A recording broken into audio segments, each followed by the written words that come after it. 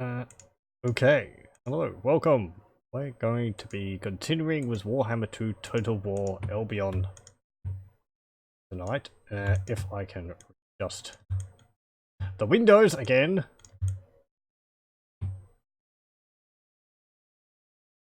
There we go. Also, well, we'll load the campaign, but there is also something which I'd like to go over in the meantime.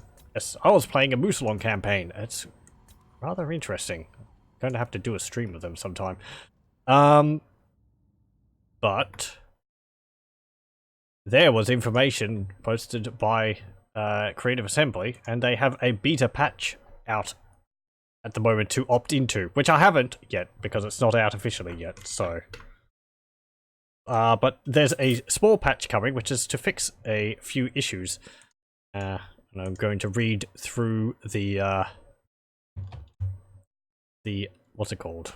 The patch notes while we're waiting for the campaign to load. Though it seems to be loading pretty quickly. I'll put a link to it in chat. So, the main things that this issues is allows the Vampire Coast factions allows them to raise dead at sea again, which is something we noted in our Vangeist campaign, where we were unable to raise the dead at sea, which should help them a lot. Fixed an issue which limited the number of mods a player could have. This is something which I didn't notice myself, but apparently other people noted. They were getting limited to how many mods they could load. There was something like people had 50 mods or something. I don't have that many. But yeah, apparently that's been lifted, and I think some people were saying that they had like 70 mods or something now. Fixed a bug which prevented AI factions from recruiting more than one army. This is a nice change. I think this would tie into things like the vampire counts getting killed rather early on in the campaign. Which will be a nice fix. It'll make them more of a threat again. Quite a few factions, I think, were actually getting limited. I think maybe the Beastmen? No, it certainly affected, like, the Dread Fleet. They were only creating one army. Or they weren't creating any more armies, and, yeah. You can't just go into campaign with one army. What else was there? Fixed an issue where active ability phase stat effects were included in the unit stat calculation when gaining an experience level in battle, resulting in units having their new base stats set at incorrect values. This had a notable impact in multiplayer. Okay. I don't really understand what that's talking about. I know there was an issue people found that if units gained experience during a battle, they would lose bonuses which they had, and their like stats would get reset to normal. I don't know if that's talking about that. What else is there? Legendary Lord changes and improvements. I won't go through all of them. Malice Darkblade's Warp Sword questline can now be continued if the Beastmen Army dies. Apparently, it spawns a Beastmen Army for you to defeat. The Beastmen Army has been moved in Mortal Empires from the deserts of Khemri up into the Badlands. Okay. Malice Darkblade's sanity effects changes, increases maximum ward save to 40%, replaces construction cost reduction with growth increase, and added positive side effect melee attack effects. Okay. Ark and the Black's cape now adheres to the laws of physics when viewed from afar. That's nice. Kazrak's missing eyeball returned in the previous patch. It's now gone again. I patched 100%. Yeah, that was because in the last patch they changed to using concept art for a lot of the characters, a lot of the legendary lords images in game rather than a 3D static image of the character. But Kazrak's was his before he had lost his eye, so.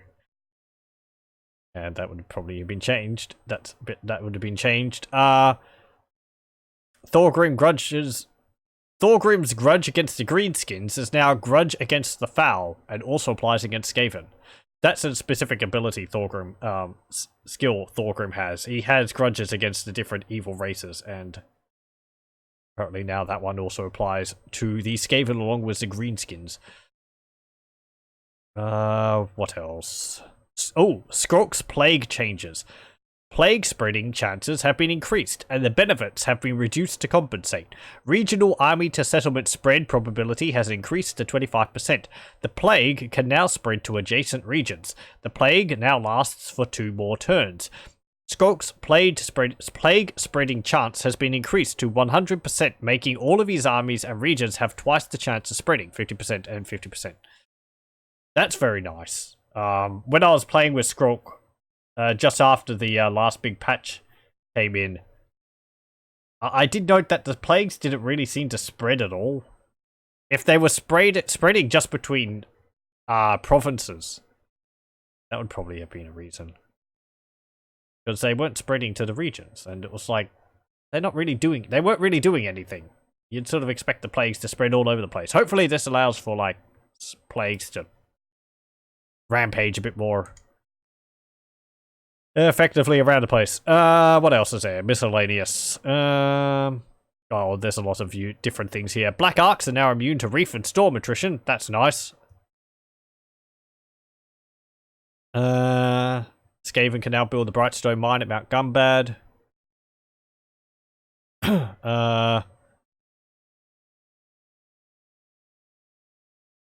What else is there? Yeah, just a lot of other small stuff here and there. So, yes. That patch is not out yet, though since the beta is there, it should be out maybe within a week or so? I'm not too sure.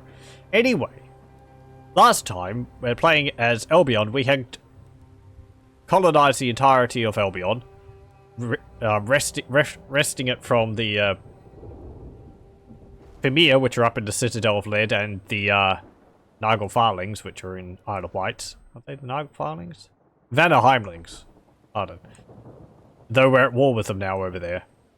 And we're mostly just increasing our settlements so that we can get our better units.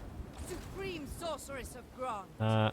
I was going to have a comparison to see what these guys are compared against Norscans, but oh well. So we have our army, some Woad Raiders, Albion Warbands with swords and shield, Warband Spears, Huntresses, which are a ranged unit, Archers, Youngbloods, which are Javelin units, and a Giant, which I was going to give a name, but I haven't got a name for them. I haven't got an appropriate name yet. I haven't thought of one.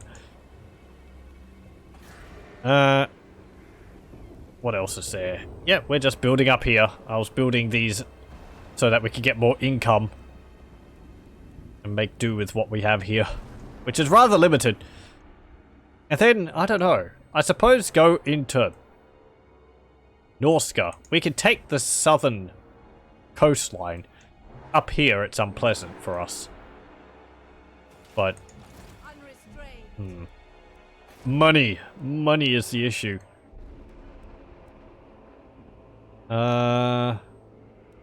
Yeah, just build that there. Okay, end turn.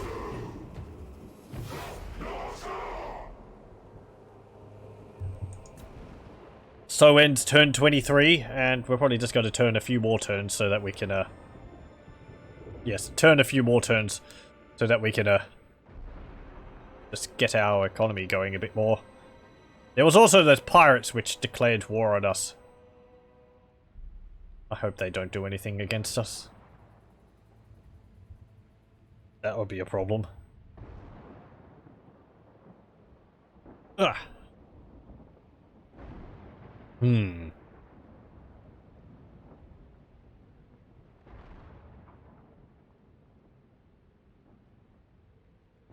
Okay. So Krace declares war on Clan Nor. Clan Nor is located here in Misnar. So LSC has been raised. Or is that actually owned by the Rotblood tribe? I think that might be it. There's Musalon. Who seeks me? How much do we need for this? 1,500. The trees tell me much. Characters are supplying 5 public order. Black Ark. Doesn't give any for... Oh, military presence is 5. Okay. How much for that? 7 turns until we get enough points for the clan city.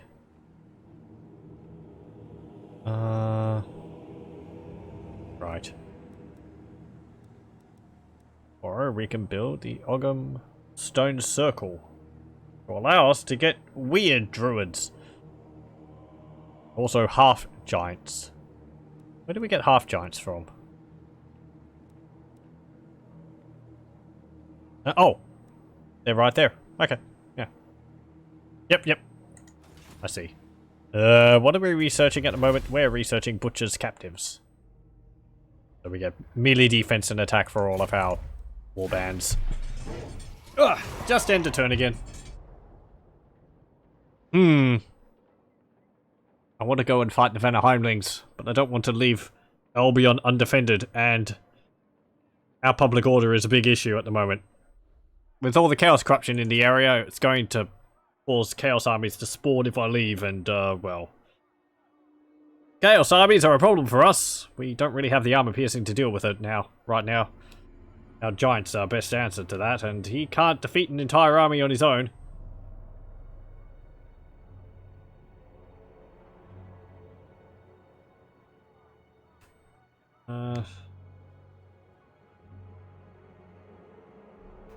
Oh, yes. Okay, I was going to name our giant, and I have an idea. Let's see.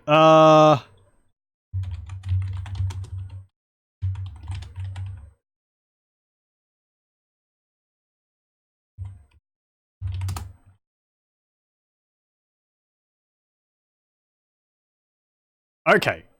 So, I've got a name for him. Where's our giant? There he is. We're gonna rename him Daft Willer. There we go. It's a bit big. It's not a Knack McFeagle, but Daft Willer is fine. It's a name of a Knack McFeagle from Discworld. We can actually name them all after Knack McFeagles. That's appropriate. They have got blue on them, though it's not blue tattoos. It's woad, but yeah, you know, it's an appropriate name for a giant. Okay, Citadel Fleet, get that, and we'll let that build up.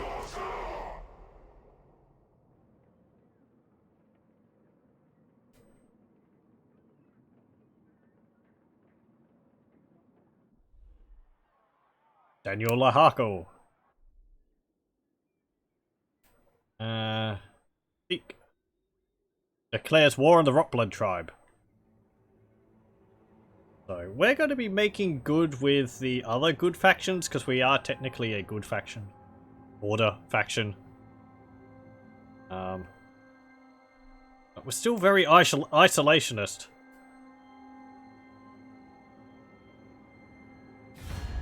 Oh, hello. The Dark Priest demands peace, so he may seek out fresh followers. Nah.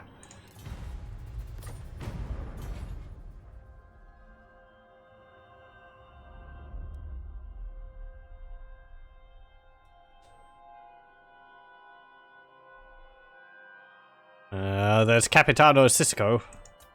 I don't like the look of you. Authoritarian. I am the law. Mission issued. Raise or sack the following settlement. Pack Ice Bay. What is your garrison like? Pretty normal. You also own Bjornling's Gathering, which I think is here? Yep. Trollfjord's not taken. Actually, Trollfjord's owned by trolls, isn't it? So that's they have ruins as their settlements. Yeah, march down here. Force march. And turn. Hello. Welcome. Welcome to the Albion playthrough or campaign series. We are looking at the Albion faction for the OVN Lost Factions mod.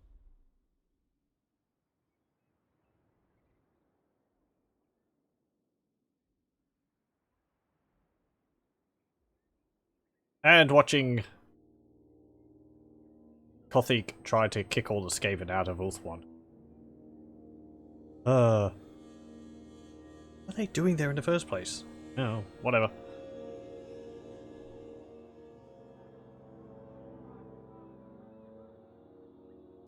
Yes, yes, pirates. Okay, Butcher's Captives. Chaos stirs. Ooh. Morrigan gains trait Builder. Okay, that's nice. A small reduction to our building costs.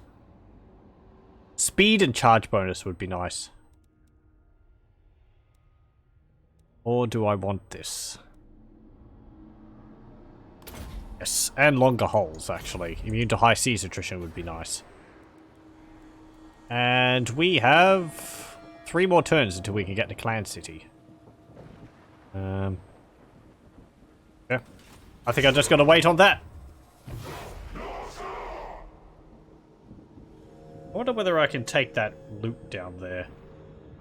We don't have a full army. And I don't know whether that's one which will spawn a army or not. We go and have a look at it. Ah, yes, that's also, that's right. Also, last time I mentioned we are playing with the oh, what's it called? Land Encounters mod, which adds the little sea encounters you can find on the land. There's actually one up here, I think. The Barone. So we can also get loot by walking over the land and finding them, which would be nice. Though the ones on land give you less than the ones at sea. We dwindle. The Merg calls for mercy. Yeah, sure. We got no beef with you anymore now that we kicked you out of Ulthuan. Not Ulthuan, Albion. We will chant your name around the fire. Okay.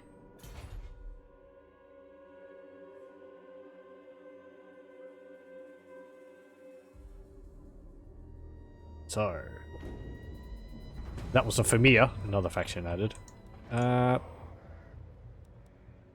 could actually build the 3rd level of the Hall of Trophies. Or of the Hunters building. What is your dark purpose? What can we recruit? It's kind of expensive, upkeep wise. 100 each. Feel my power. Chosen Search this. Sail to the wreck. A great hoard of treasure may be received, or only a miserly hoard of treasure will be received. Is this a large army, or is this a... May have to defeat a foe in battle. It's not... It doesn't say a great foe, so I think we could take that. Yep, okay. Let's fight this. May their deaths be slow. A bit of a warm-up. As it were. We also get to use some of our new spells. Morrigan now has... Darkness and Despair, I think it is? The Law of Death spell, which lowers the enemy's morale. Or leadership. Which will be effective against these undead. Though our leadership's a problem.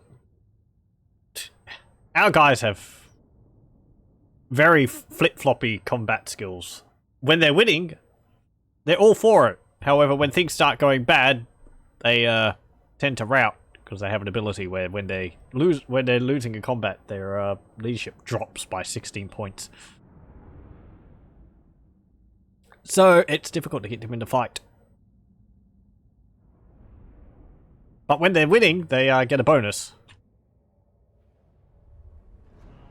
Where is it? Let's see. Yes, War Fury. They get a melee attack bonus, a charge bonus, and a weapon damage bonus. But when they're losing, they get minus 15.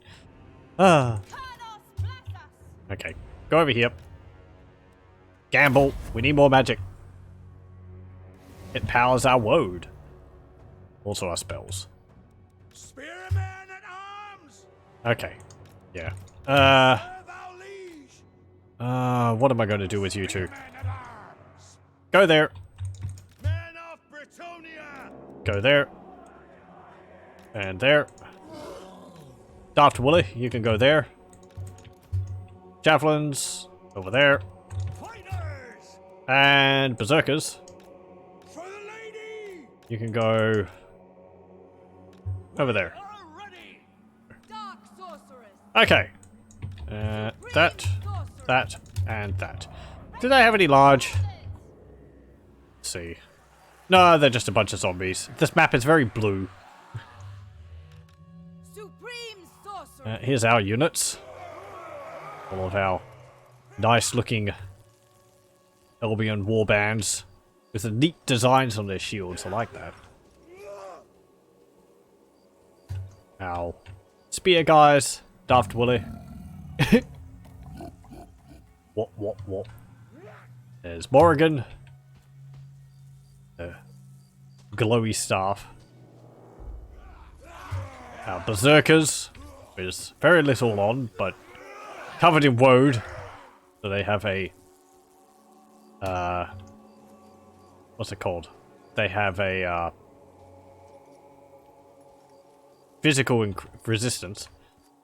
The Youngbloods with their javelins, which they throw. Limitless power. And also the Huntresses, who are very good archers. Though, nothing spectacular, but, you know, Fell sorcery. they help. Forward. Okay, move up. Move up. Dauntless And... assay. Quickly. Can you move? Yeah, you have stalk. Your command. Uh-oh. Mortars? Beyond compare. For Grond. Grond? Dark power. Ah, dear. Yeah, we got Doom and Darkness, that's it. Defenders of Athel Lauren. Yeah, well, just shoot a whole bunch of the zombies. Pfft. Oh, you're shooting while you're invisible. Yeah, you're still hidden and you're shooting. I didn't know that you could do that. I thought you had to have a special skill for that. It shall be done. Oh. Keep moving around their flank. They just like arrows? Where are they coming from? Supreme sorceress. And that depth guard's going to be a problem. Okay. And I'm going to want to get around here and get rid of this mortar. I'm going to want to get some other things. I'm going to want to get some hunting hounds. I summon thee. Ready for battle! War dancers. So that we can, you know, deal with artillery better. Enchantress. Ow! God help us! Serve and obey!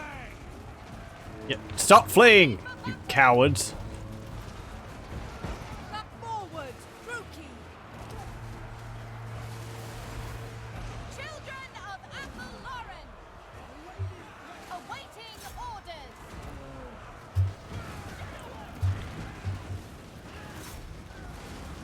Ow, ow, ow, ow.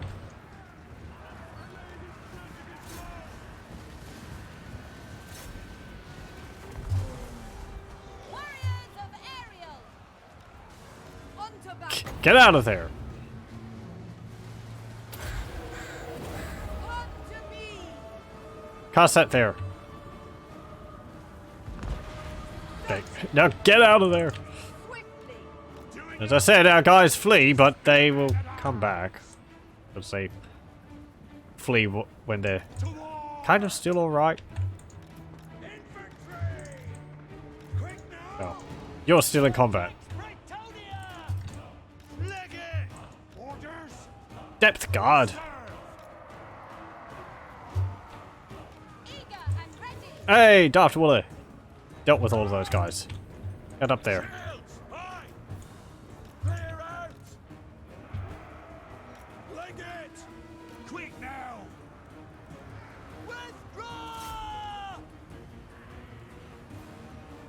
Ah, shoot them. Pew.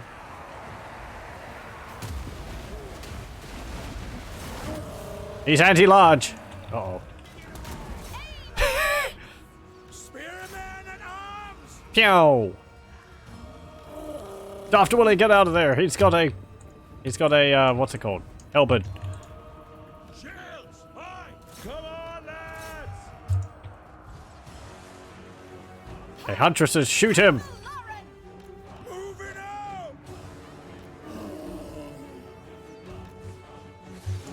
Let's get going. And he died. Yay!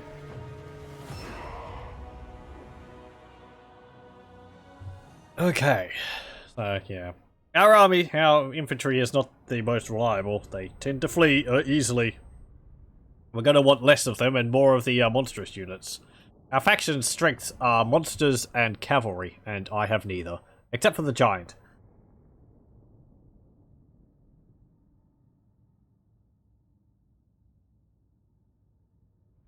"98 on those depth guard. Who got the most kills here? 123 on the hunters. 61 on berserkers, 112, 102 on the other two huntresses. 33 on you, 34 on Daft Willie. He did good.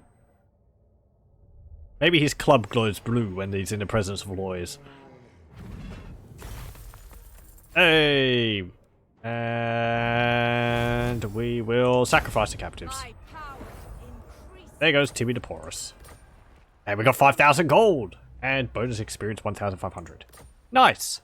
No items. Supreme But- sorceress of Grond. That's not too bad. Oh, interesting, actually. Oh, but it's because we didn't upgrade that? It's got a Norse moot there.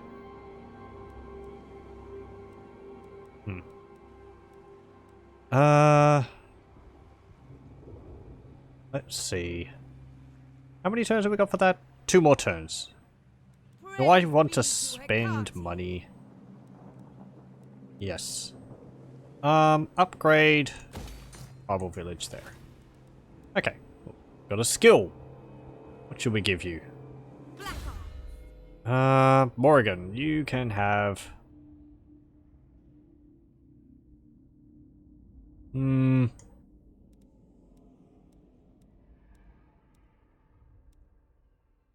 Warrior culture, level 2. Improve our infantry. Will help for now, at least.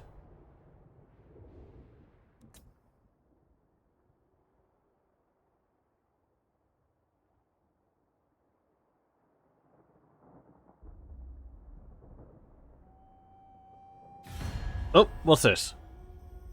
You want military access and you want me to pay for it? No. Why? Why?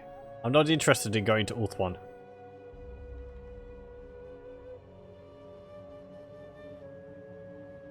To take advantage of that?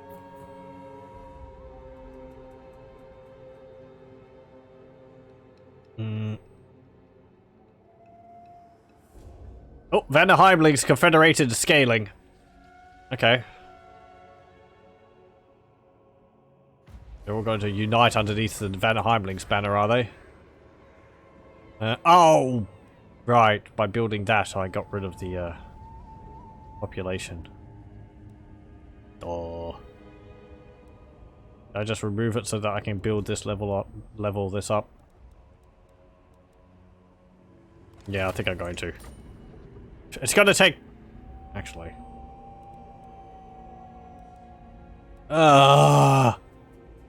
Whatever. Yeah. That doesn't really make it faster, does it? 5 turns? I thought it was like 2 more turns last. Whatever. You know, I'm just gonna reload that because that was bad decisions all around. I don't often reload, but I feel in this situation I can't live with myself with that decision. I have some shortbread to make myself feel better. Just a moment.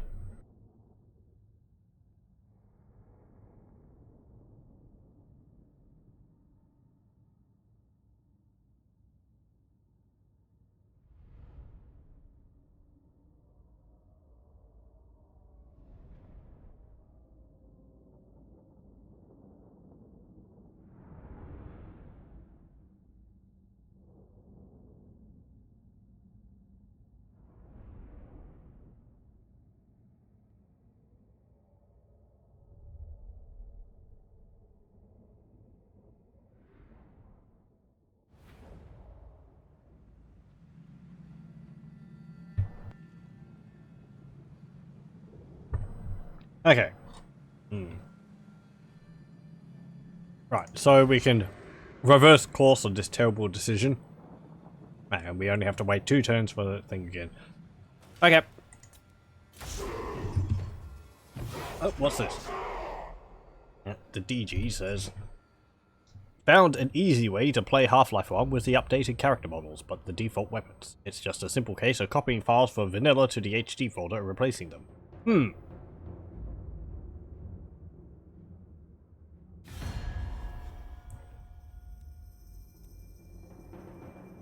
No.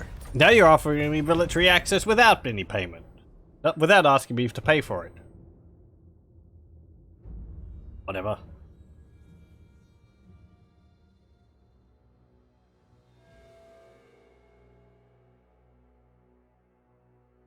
I suppose models would just be replacing the original ones.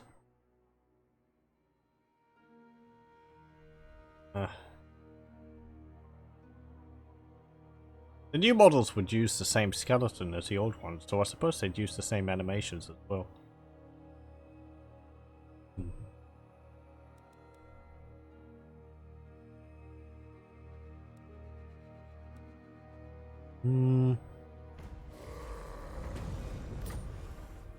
Okay. Let's see. One more turn, we'll be able to do that. You can land here. We've got 10,000 gold. I am wanting to build. Let's upgrade the Ogham stones. How much do we need for this? 4,656. Sure, we can upgrade that as well. I want to upgrade this actually. We need a blacksmith for that. Artist blacksmith. Shrine of Danu.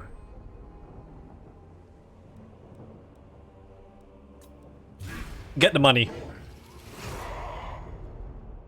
Have to do some more testing, but the weapons work flawlessly.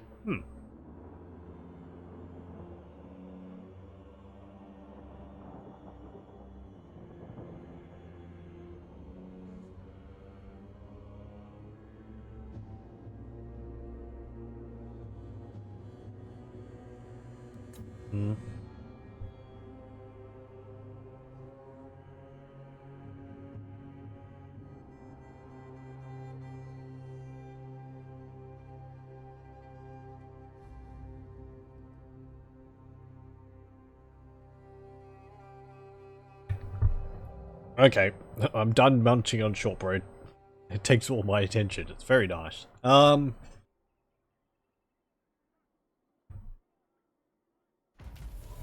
So, see Marauder's tools. Leadership +5. That should help.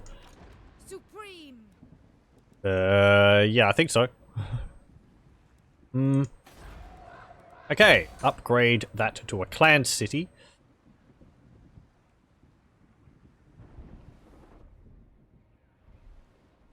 And do I want to upgrade this to Watchtower? We actually get 3 levels of the, No, that's normal, isn't it?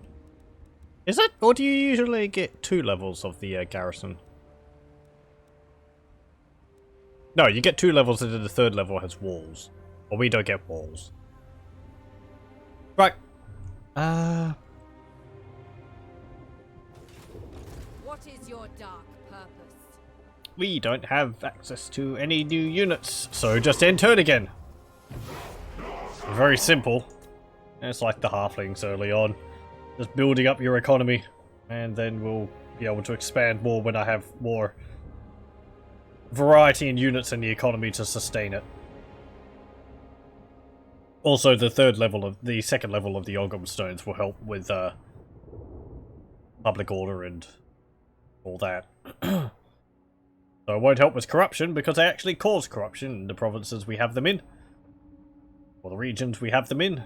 They lower the corruption in neighbouring provinces. So. But that's all awful.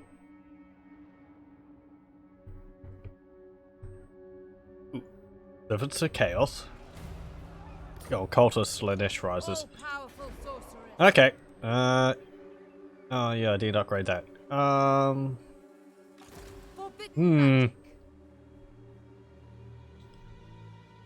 like to get that, but there's deep sea attrition there.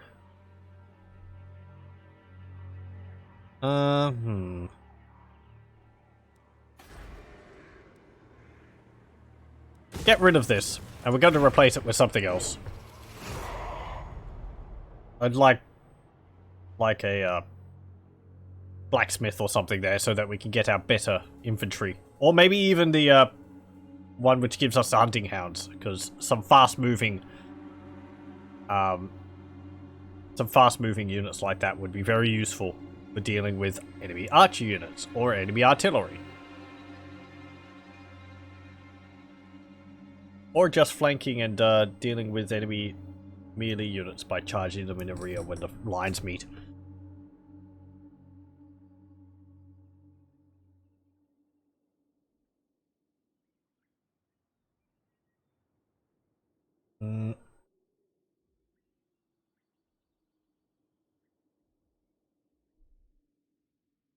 Great point to scuttlers, they're just wandering around. Terrors of Dark Straits, yeah, I'm worried about you. I think your army actually has a, what's it called? Oh, what are they called? The, big ship monster things, which the, Vampire Coast have.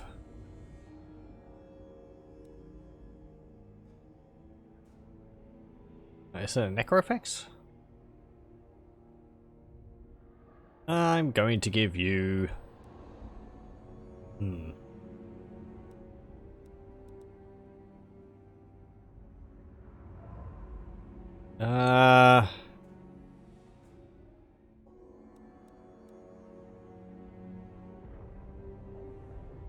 Sure. Wild Heart.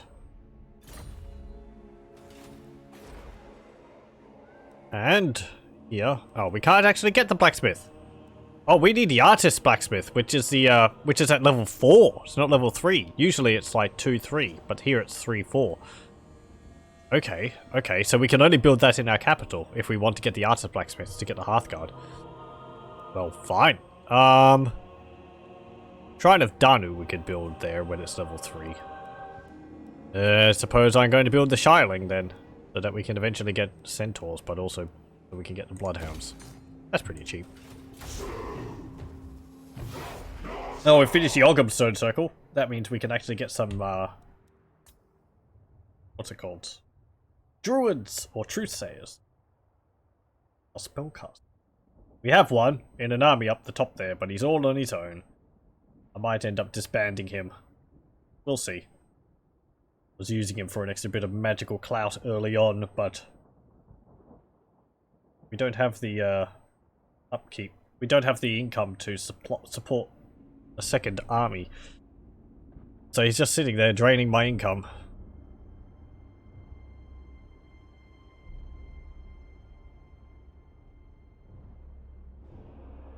He is a truthsayer with our unique lore, so... oh, and he just went up a level. Yeah, Wings of Fate. I want to get... I don't know. Tribal Village. Sure. Let's disband you. You're costing us 300 upkeep per turn. We can get you at another time. And I am going to recruit a hero! So, these are our weird druids we get.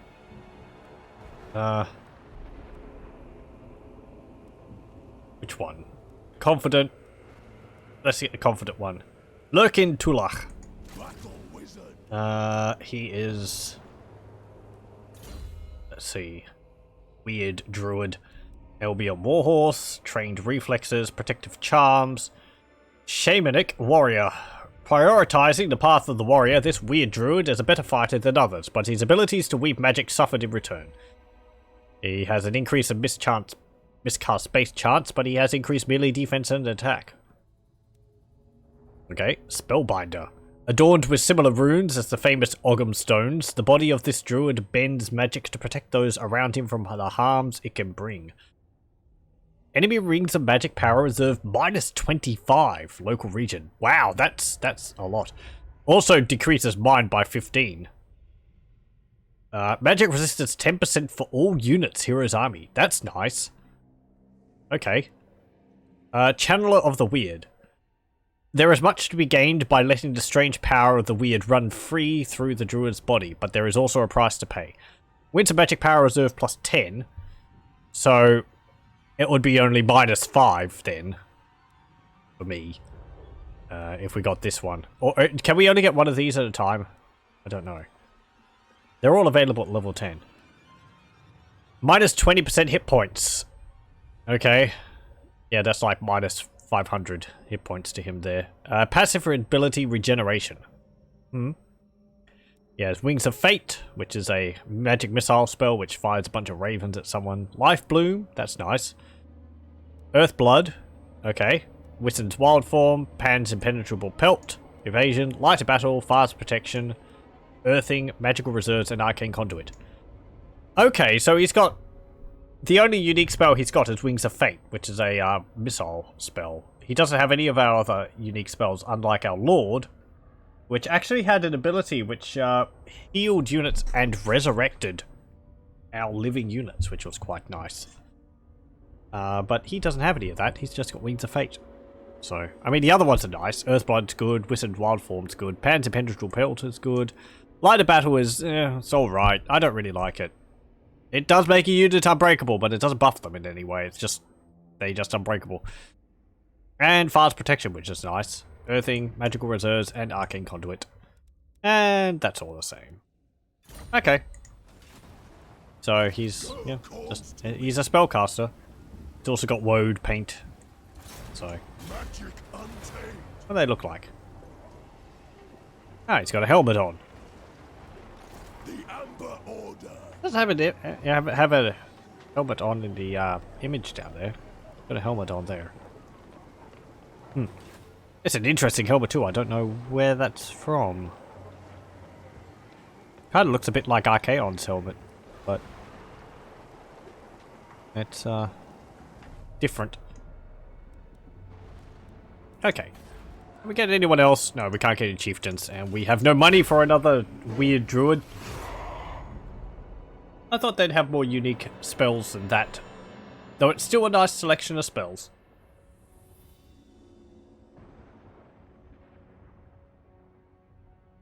And I can see the benefits they give. I wonder whether they're 10% magic resistance stacks.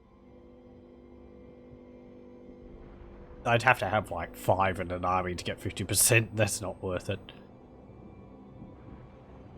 For, you know, when you come across magic.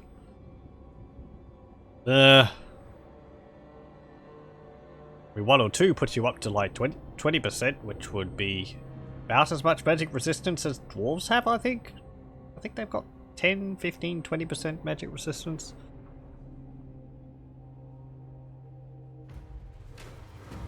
What's this? A bone to pick. A thaumaturgist in one of your provinces has been tasked with squeezing greater profit from industrial processes. Lost in thought one day while inspecting a smelting plant, he slipped and plunged into the roiling slag. His death was not in vain, however, as the smelters discovered that the introduction of osseous matter worked to strengthen the metal, raising its value. Profits are up faction-wide. Oh, well. Hooray! Items of power, come. Ooh, we can get half-giants. Also, Aeon Bar Horse Warriors. And also some Hell Bloodhounds. Druid Neophytes also, but we need a Shrine of Danu for that. So, I am going to get one of the half giants. Other than big dwarves. They have Siege Attacker, Resilience, Causeless Fear, Hide, Anti-Large. Bonus versus large is 25. Okay, yeah, sure, we'll get some of them. And some Bloodhounds. Yeah, we'll get another unit of Bloodhounds and then we'll probably go and see if we can cause some trouble somewhere. Spirit of the Jungle has been destroyed. I think they went to war with Itza. So Nakai the Wanderer is no more. He's wandered, he's lost.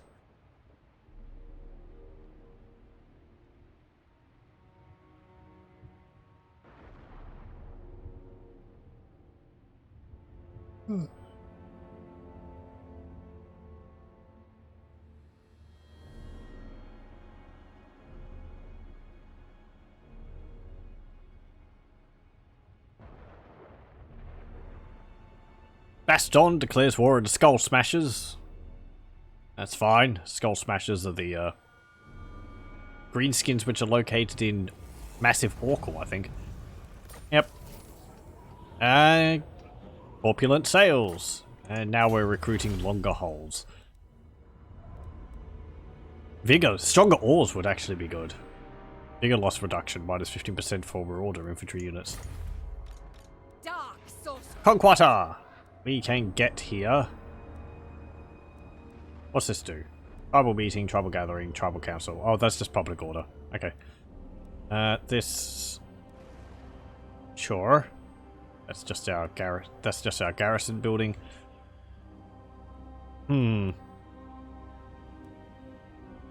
What would I want more? Shrine of Danu for the Druid Neophytes and Albion Sword Maidens, and then Fen Beasts and Fen Hulks. Fen Beast would be nice. There are monstrous undead construct units. Or the Blacksmith, which allows us to get Stone Thrower. Warbands with great weapons, and Chariots. And eventually Hearthguard, and Hearthguard was great weapons. Hearthguard with halberds, and Hearthguard was great weapons. Chariots are there. Centaurs are up there. That costs more. That also increases Untainted, actually. Does it offset this? It does, actually. Chaos Corruption is plus 8, but this is Untainted plus 10. So if you had this and that, you would actually offset the Chaos Corruption. The Untainted in adjacent provinces plus 15 doesn't affect Albion. That would be if there was any neighbouring provinces to Albion, they would be getting Untainted, but we're an island, so it doesn't affect anyone. Yeah, we kind of need both to be able to get all of our units up here. If I want the Hearthguard with halberds and great weapons, because we can get Hearthguard normally. They have got immune to psychology. I want the sword maidens. We need the Shrine of Danu. I had some of them at the beginning. They died. They have no armor.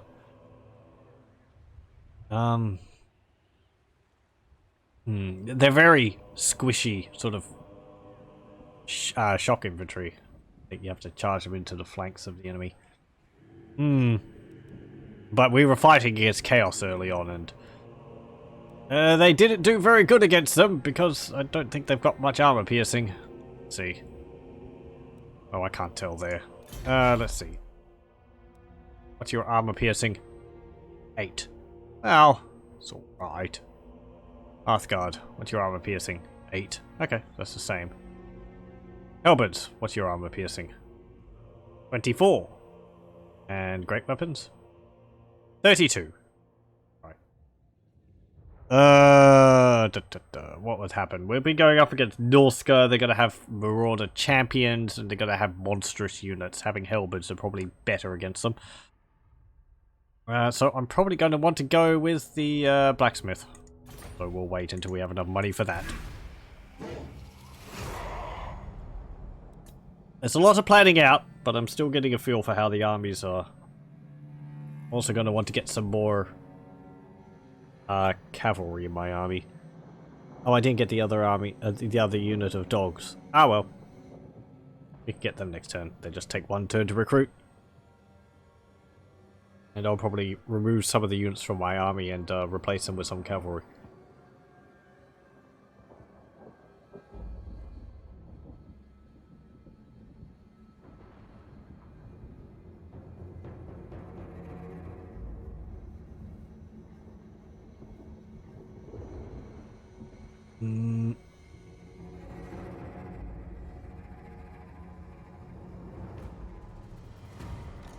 Okay, and we've got the half giants. Get them. What are the druid neophytes? Oh, they have Shield of Thorns as bound spell. Woad. Physical resistance, magical attacks. High leadership. 20 armor.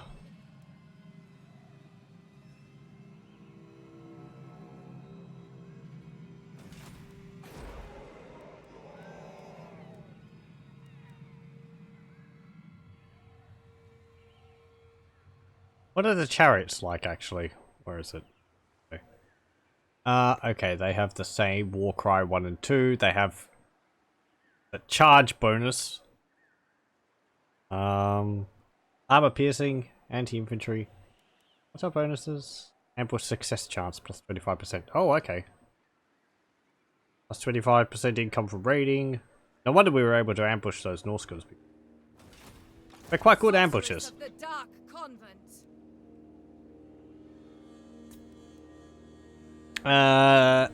Elnbar Horse Warriors javelins. You've got javelins. You don't have anti-large, unlike the Youngbloods. I know the javelin throwers for the Norscans, Marauder Horsemen don't have anti-large on their javelins. It's odd that the looking at it from here, it's odd that the javelin infantry have anti-large, whereas the javelin throwers on horseback don't have anti-large. I think the same would be for the Norscans, actually. Anyway. So, what would I want to get?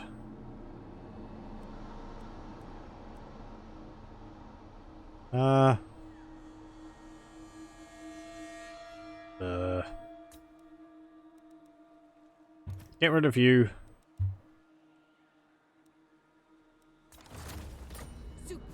And get 2 units of horsemen.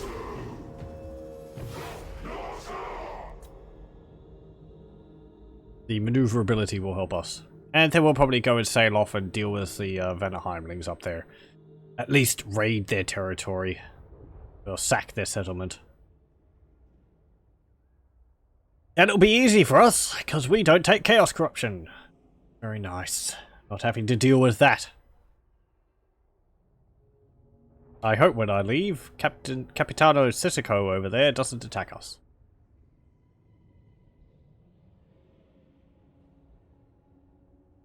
Oh, hello. There's the Venaheimlings. Well, speak. Speak of the devil. Hammer of the Stars. Yeah, mission failed. Whatever. I wasn't going to be defeating that army anytime soon. No rest. Mother of the Dark Convent. Okay. Oh, that's Throg. Hello, Throg. Yeah. Nice to see you two. If you're going to take the Citadel of Lead, well, bully you.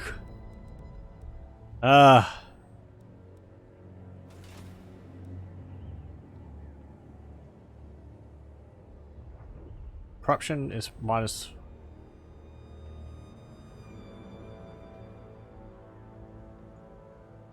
Why is it 0? 5... Wait, 6, 7, 8. Yeah, okay. Yep. I thought one of them was minus... one of them was 8 and the other one was 7, but... No. Okay, Throg, are you going to come and attack the Citadel of Lead? If you do, I am going to retaliate! Most fiercely, and teach you a lesson.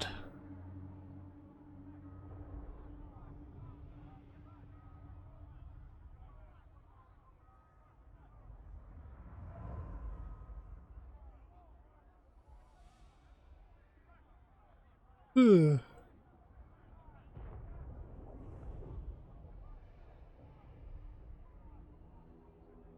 der Heimlings maybe landed on our shores? I can't see.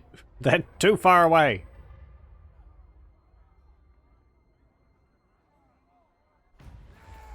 Oh, yep, they landed. Sorceress of the Dark Convent. Well... Behold, true Go to Citadel, Vlad. And if Throg decides to attack it, we will be What is your dark? ready for him. You're my problem, my lad.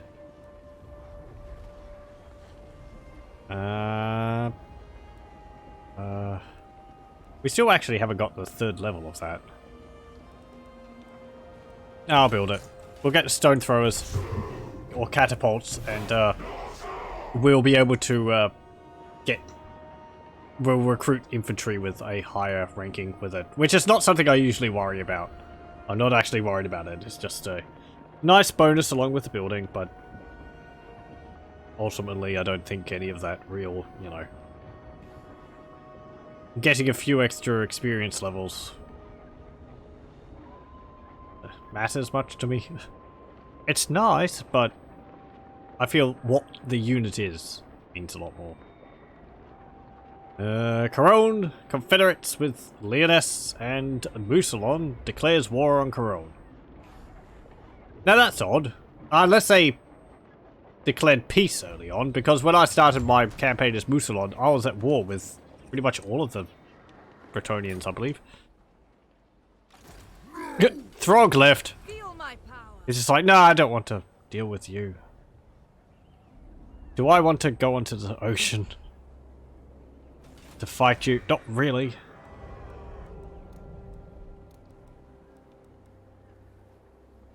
Build the walls again. Unequaled. Delightful screams.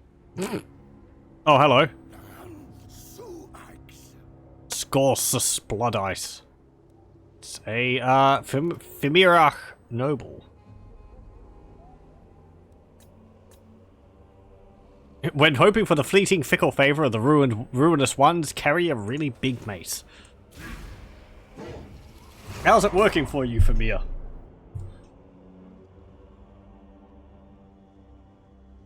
Are you going to team up with Throg? I don't think you'd be able to get to me, even if you went in forced march mode.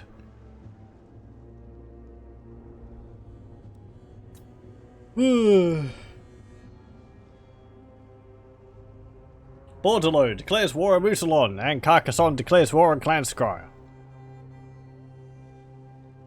I wonder if Estalia is still around down there. Oh, they're still up there in the turn counter, so I suppose Clan Scryer hasn't defeated them completely yet. Oh. Throg goes back home. Well, let's chase them. Chosen of Hecate. I am going to get on you. Wings of Fate. Unrestrained.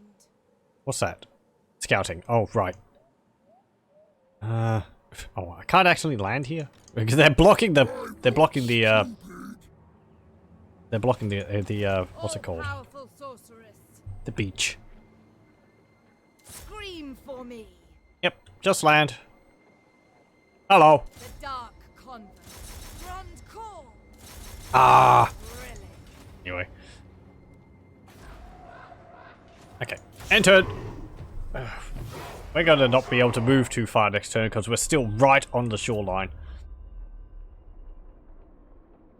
You have to sort of move inland a little bit. Otherwise, it's like the shore is really difficult terrain. And if you're in it, it cuts your movement down by a lot. The Golden Order declares war on the Rockblood tribe. Okay. I think the closest Rockblood tribe to the Golden Order is in the Brass Keep. Or in Mordheim. They do roam around a bit though.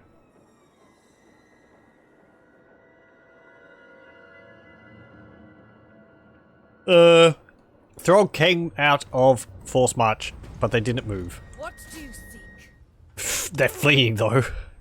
Ah, dear. The goddess forbids Shaiish on you. Really? Moving on.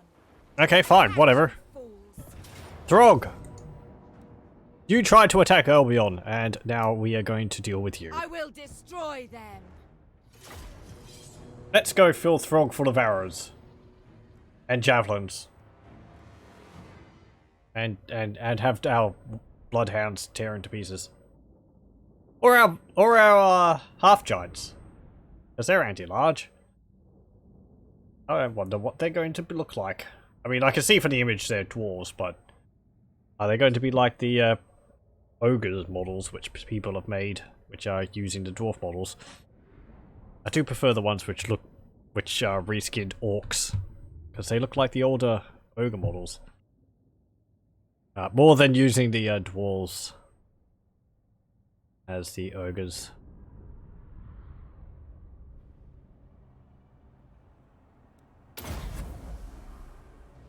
Okay.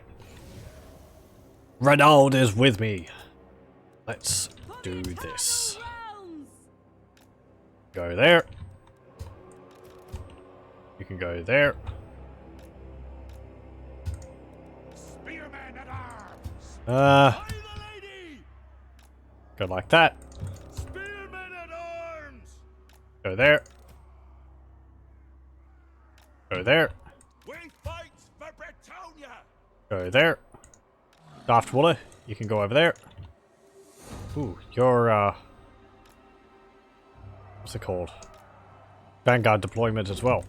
And so are the Bloodhounds. That's pretty nice.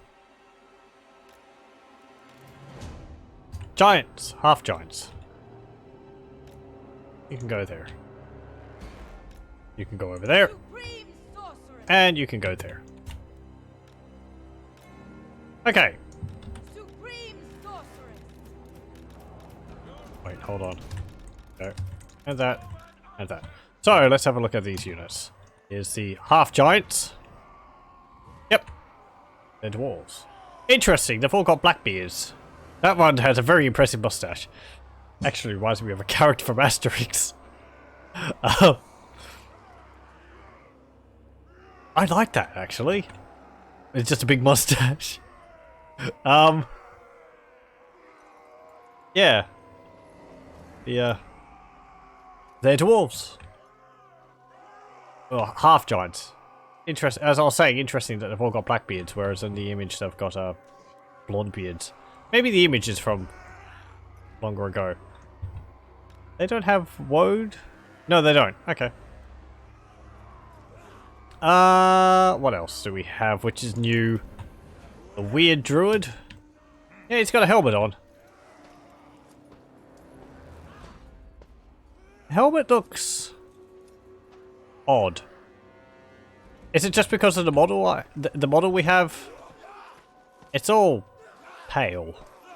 Maybe it's not displaying properly. Oh, hold on. Okay.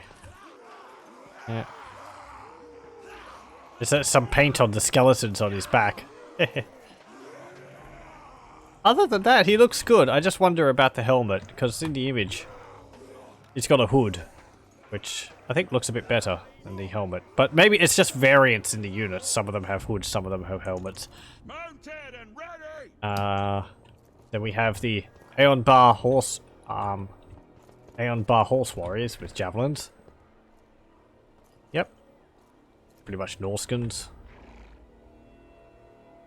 And they have these helmets on them as well. Which, this is a helmet used by the Chaos Chariot guys. Yep. And the Bloodhounds. Which... Yep, those are some ferocious looking doggies. They use the wolf model. I like the colours for them. It's tricky, because I mean...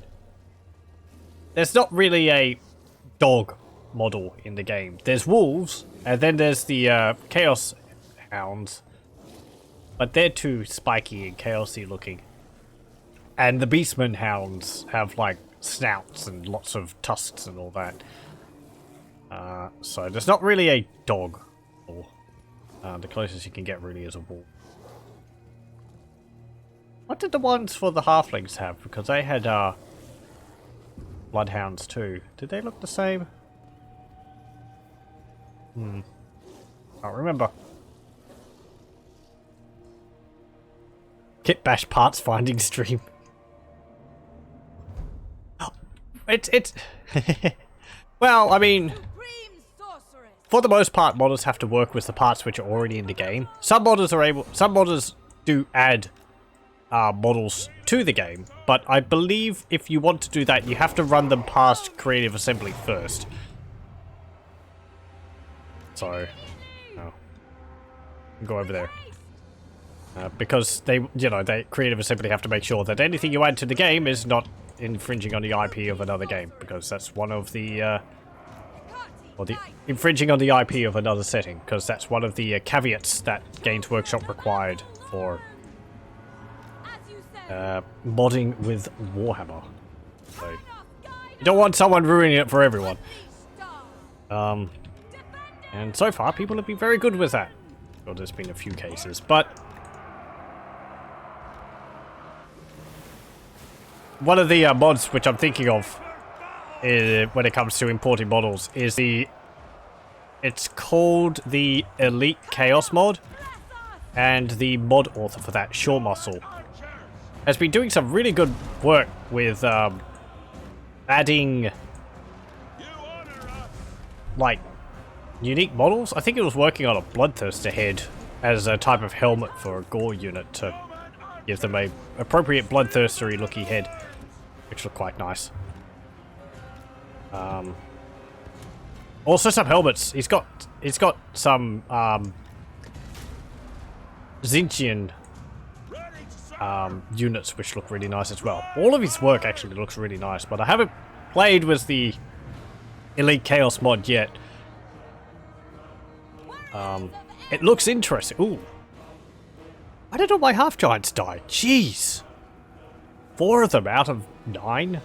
Oh, they got really low armor. Got 15 armor.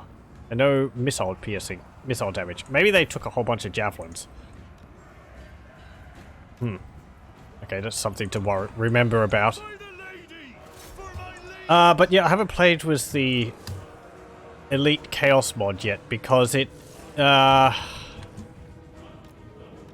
while it adds a lot of really nice looking models, it has the Bloodthirster in it, and it, from what I've read on the page, it kind of makes them, it looks like it makes them kind of overpowered. Because the Bloodthirster has fire breathing, which is cool. It's also got the ability to, like, summon a firestorm or something, which I'm fine with people doing that. Though I do prefer to have things close to what they were like on the tabletop. But he's perfectly... It's perfectly fine if he decides to do that. But, yes. Sure needs a better way to tie stuff into the campaign. Maybe OVM will help us that. His mod just sort of... I think his mod just sort of adds... a few extra things to Chaos. I'm still hoping that the Ultimate Chaos mod gets updated, because that was really good. And if it had Shaw Muscle working on the Ultimate Chaos mod, because these models are really nice. The Solenneshi Lord, the Zinch Lord. Because the Zinch Lord, he based the armor off the armor from Warhammer Online, and oh, that's great. If anyone played Warhammer Online, the Sovereign armor set for the Zinch Chaos, for the Chaos Chosen of Zinch were really good. You had like these, like, semicircular sort of like things coming off the shoulders, and you had the helmet with the gem in the center of the forehead and these twisting horns on it, and it was really intricate design all over it. It looked really good. And it would be great to have just to have that as a reference to Warhammer Online in Total War. But anyway. Oh, maybe my half-giants got dealt by Throg. I forgot Throg was there. I was too busy yakking on about other things. Well, we kicked his butt.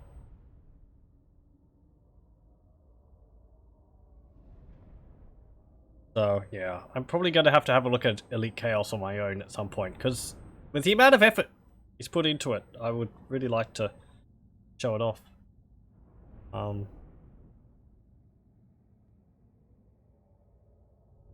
But I don't know. From what I saw, maybe I wouldn't play a campaign with it. Just because I prefer to have things more similar to how they were on the tabletop.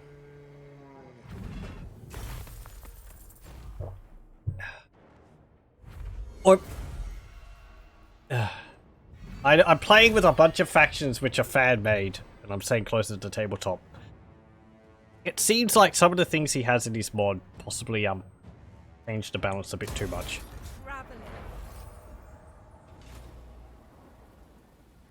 Too bad you're not a High Elf fan.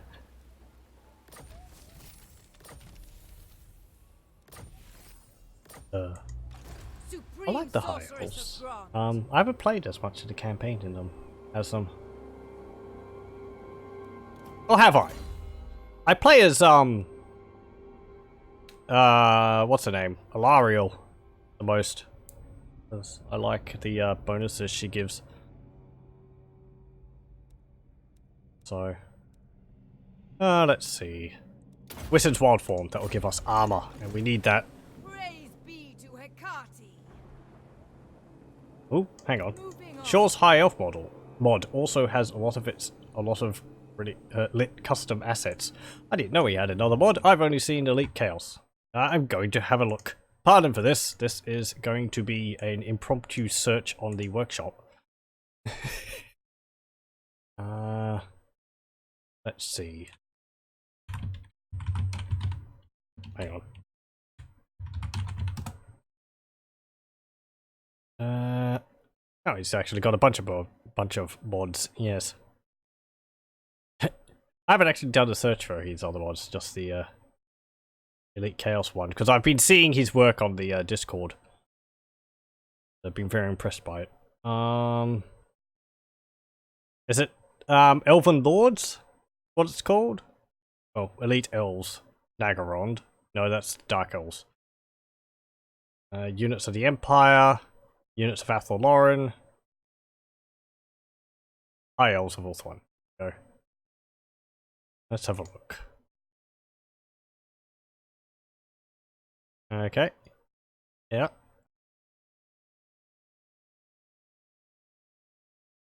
Like an elf with all this scrolling design all over his armor. Hoeth Guardians.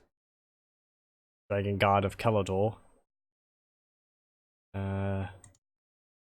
This. The Asarian of Ulthuan.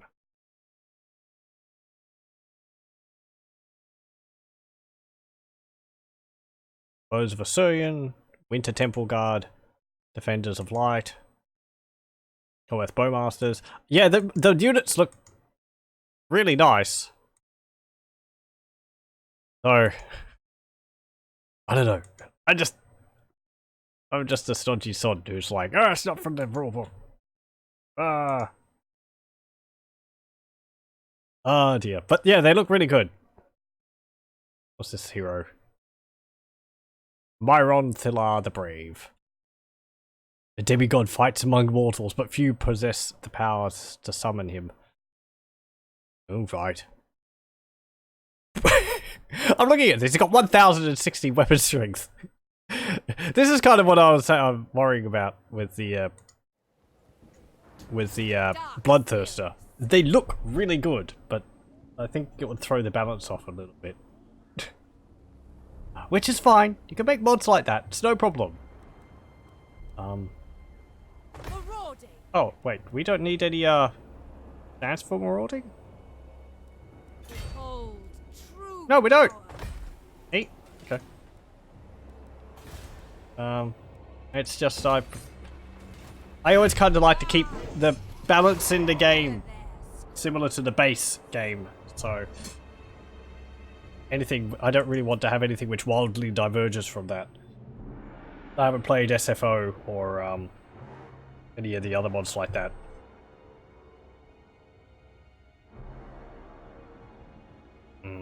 There is a closer to tabletop mod as well. I haven't tried that. That'll be interesting. I think they used like a table or something to determine what the stats of units would be based on what their skill stats they had in the tabletop game was.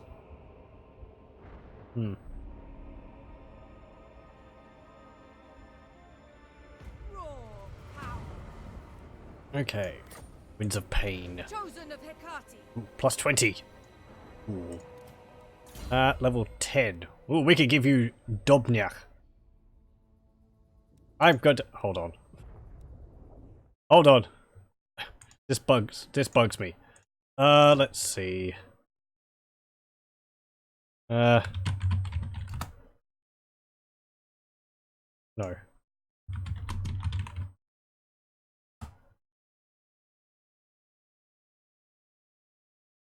No, that's not it. I don't know. I was going to see how it's pronounced. But I don't even know what it's from. I'd assume Gaelic. Yeah, we could give you a giant raven to fly around on. Looks pretty cool. Hey, it's actually textured as well, so that it's a big black bird. She looks a bit haphazard straddling it like that. I think she's using a horse animation for sitting on the back of it, because there's not a animation for a human or animation for a spellcaster like that. Just sit in a flying mount. Anyway, we'll go on to Pack Ice Bay and we'll do that. Raid! Okay, in turn.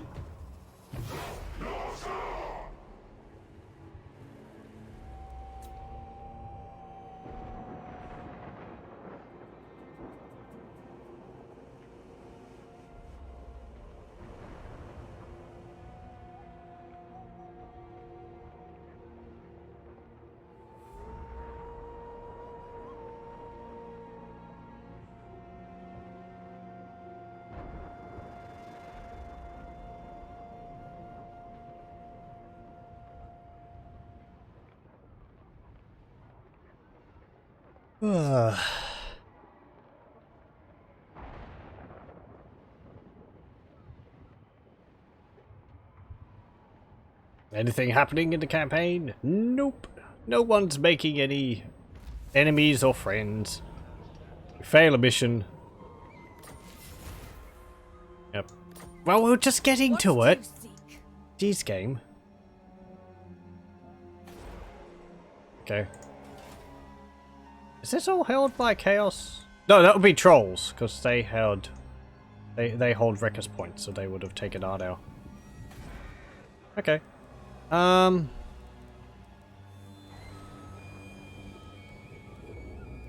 we going to get all of our construction slots here? Because we have 7 construction slots here. But it says grants 5 construction slots. So are we only going to get 1 more construction slot here? Aww. Give us the whole thing. That'd be a bit of an oversight. We'll have to see when we get up to level 5. Otherwise it's going to be really amped.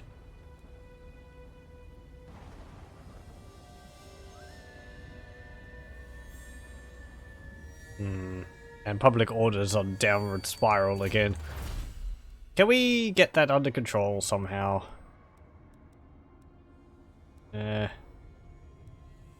Marauders of the West and Raiders of the East increases public order by 1 each.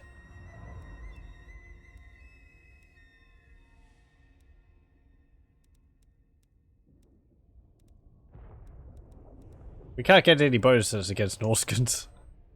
Oh dear. Get stronger oars.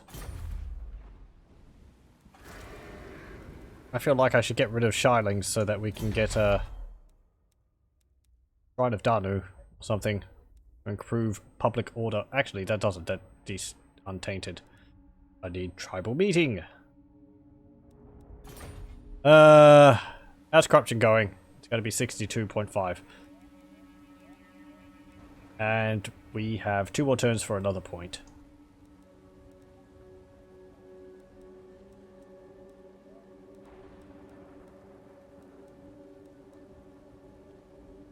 Yep, build hall of trophies.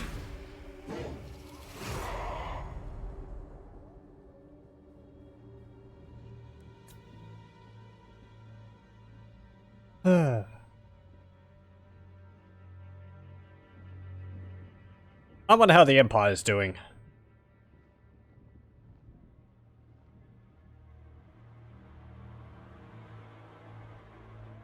I wonder what's going on in the Empire at the moment. It's always interesting to see what's happening on in the rest of the world. I wonder whether the what's it called? Great Factions mod, which I have, is affecting diplomacy anywhere. You know, making people a bit more unfriendly with each other. There's also the other mod I have, which is means that factions which dislike each other are more likely to declare war on each other, regardless of how many other wars they're in. So, if, say, Corone ends up disliking me, and they also dislike Musalon, if they declare war on me, they're also going to still have a chance to declare war on Musalon, rather than if they declare war on me, they're just not going to declare war on another faction. Apparently that's the thing in the base game. So.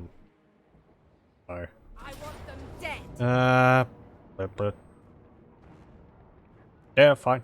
That guy's Bay. What's this area look like? Evolved, yep. Auto resolve. And loot and occupy. Rampage is standard. Sure, build that. And an iron mine. We want that. Income. Oh. No. We can't make use of it anyway, because it's not connected to Albion. Actually, hang on. How would that work? If we have this island here, that means we have to have... If we had Corone with the pottery, we'd have to have Langil, which is a port, and that will connect them. Okay. So we could actually get the iron from there, because our capital is the Citadel of Lead. Oh. Hello, Wolfric. You're wandering down here. I'm going to get Pan's Impenetrable Pelt. The plus 22% physical resistance will be good on top of our normal physical resistances. When do I get Sean Darach? 12. Raven Mother. Bound spell, Wings of Fate. Yep. You'll be able to chuck ravens at people.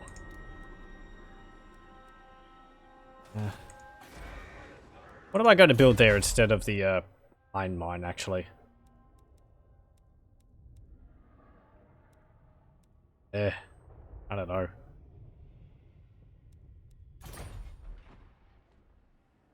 Yonling's Gathering. No, unpleasant climate. Actually, if we built Ogham stones here, it would actually reduce the chaos corruption everywhere else. So let's do that.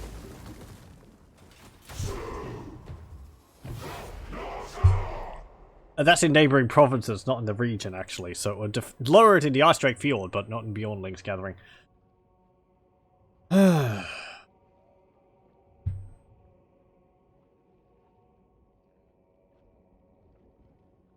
Is Wolfric going to attack Albion, or is he going to come and attack us because we're busy taking over their territories?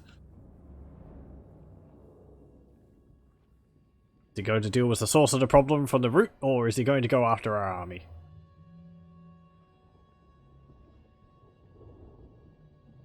Tlaxlan declares peace with the Rotblood tribe.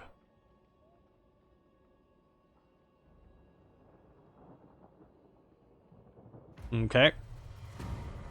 I've thought about playing as a Rotblood tribe. I think at the moment there's not that much which differentiates them from the normal Chaos Warriors to really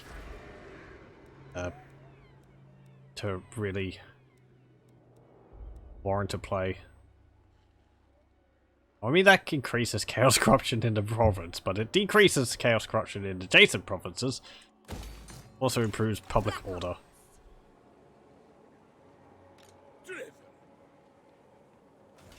Damn it, Wolfric! Go away, lad. I don't want to deal with you. How far can you move? What trickery is this? What trickery is?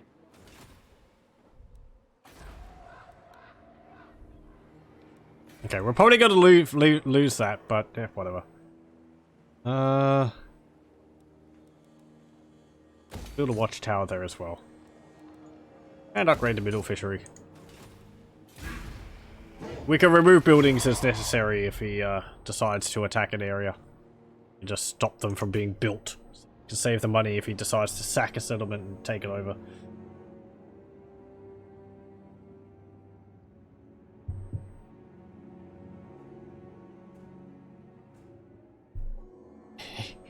His ship's got all this little red glowy stuff going off on it. It's like it's got fireworks on the ship. I don't know how it sails with those massive spikes on it though. Pretty poorly, I'd imagine. That'd create tremendous drag. Oh, there it goes. It's like, nope. I couldn't even have caught you. Whatever. All-powerful sorceress. All ashore.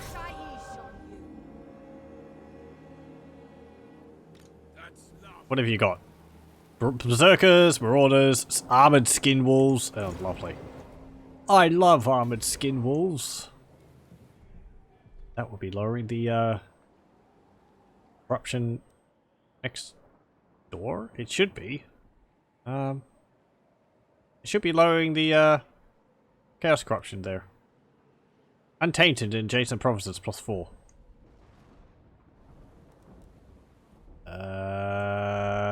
That is an adjacent province, isn't it? I'm pretty sure.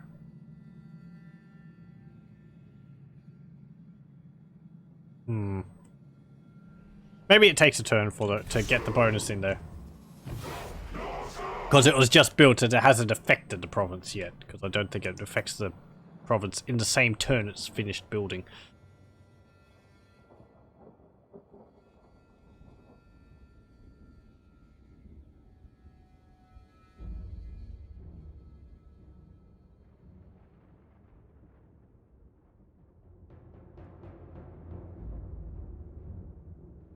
Come on, Wolfric. You know you want to fight me.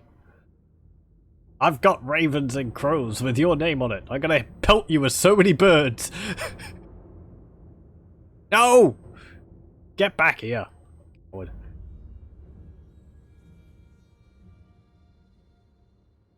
thought you were supposed to be a great dueler. Oh, horrors of the past. A Kurgan army of immense proportions had crossed into the High Pass. The dwarf slayer King Ungrim Ironfist, who has sworn to hold the eastern passes, prepares his defences and with the might of Karak Kadrin is ready to vanquish whatever horror descends into the Peak Pass. And we could get the Scroll of Stone, which would be fantastic, if we defeat Capitano Sisico. No, I'm not doing that. That army's scary. What is your dark purpose? Be ready. Think again. Go across the river. Isle of Wight. Yeah, build a watchtower. Yep. Okay. We're probably going to lose the Pack Ice Bay, but it'll be a chaos invade. It'll be a chaos rebellion, and I believe they'll just raise the settlement, so we'll deny it to the enemy regardless.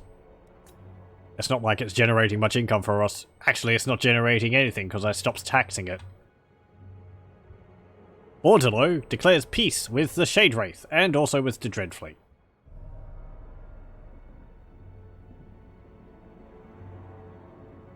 I wish our Shade Wraith campaign didn't end so soon. I was enjoying that. Gonna have to do it again at some point. It was fun. They had so many bonuses on their ranged artillery and all that. Just demolish everyone's leadership with spooky ghost fire. Stronger ores. Bigger loss reduction.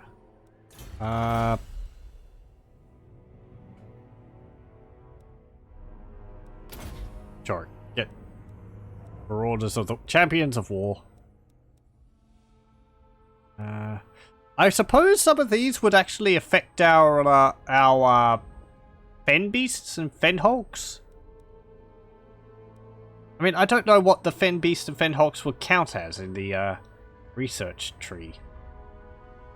Because the Fen Beasts, the small ones, are using a mixture of the Treekin and the Chaos Spawn mod.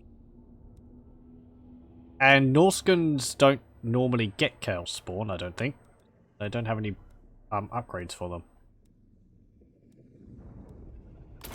Yeah, I get that. Or...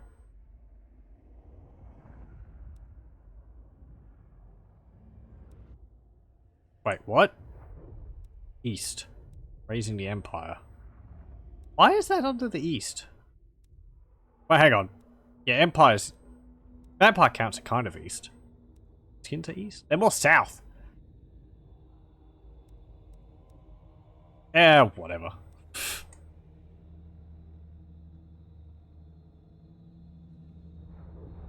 They're both south. I'm not going to worry about it. Yep, get horse clinches. Feel my power. Damn it, Wolfric, get back here. Sorceress of Grant. Stop fleeing. I challenge you to a duel. To the oars. Isn't that what you're all about?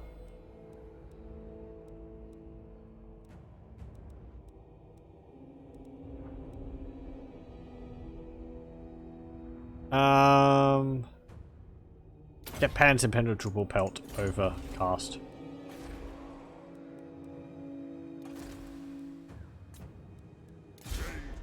You can go into the Citadel of Lead, and you can recruit a few units. We get the Albion Warband with great weapons. Nice. Just get some Warband. Imminent Rebellion, oh no!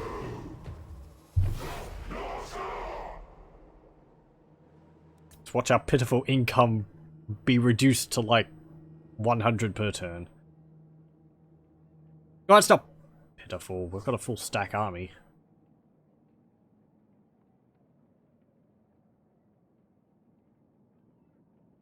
All this time chasing around Wolfric's going to mean that another army is going to come as soon as I defeat them. If I defeat them, otherwise they're just going to keep fleeing. AI. I don't mind that the AI is smarter, however sometimes I wish that they were dumb enough to like not always calculate how far away they need to go to escape you, because sometimes it's nice to just be able to deal with them easily rather than having to go on merry chases all over the place. It will have to wait. Good. May Okay. their deaths be Caught slow. you. I'm going to give the Rampage a standard to 32. You've got the same charge bonus as the half giant. Cower. Oh, you had a hell cannon too. Okay. Sacrifice the captives for an extra 1,000. Blood Feuder. So, you've roundly marmalized the Eternal Challenger. He'll be back for a rematch, and soon. Of that you can be certain. I hope not. We'll have to chase him all over the place again. The trees Not much of a dueler if he doesn't want to duel. Let's, go back to the sea. No rest. And, yeah. Seeking Go back to sea. entertainment. We'll land here. Will continue later. And The time draws we'll have to go up to Troll Fjord. Means that we're collecting those unique traits from defeating lords. Yeah, what was the one we got for Throg? I can't remember. I have to check that. Cult of Pleasure declares war on Kothic. Okay. That's interesting. Kothic is on the other side of Ulthuan, away from the Cult of Pleasure. It's the Cult of Pleasure invading Ulthuan?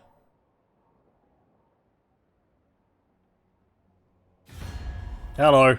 Oh, you want a peace treaty because I beat your lord, is it? Release troops of Van Heimlings. I didn't release them. I sacrificed them.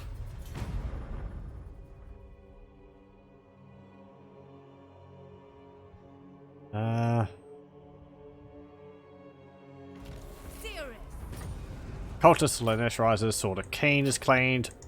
There's Chaos Army there. Enchantress. Ooh.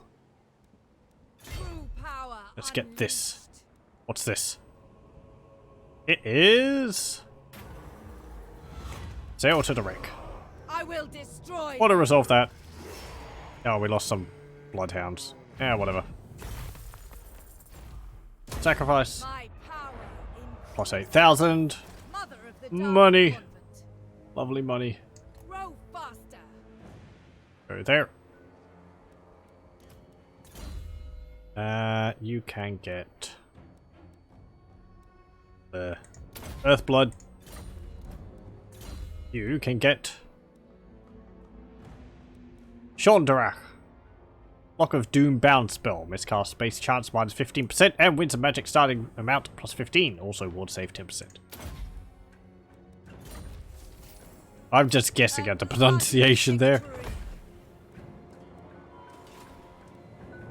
Gairan whispers.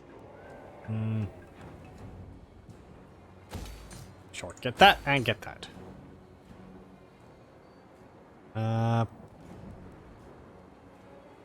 So, how many turns until that? 8 turns.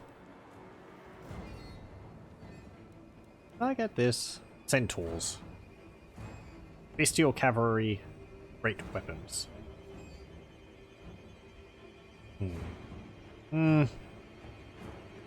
Yeah, we don't need it right now. Ugh.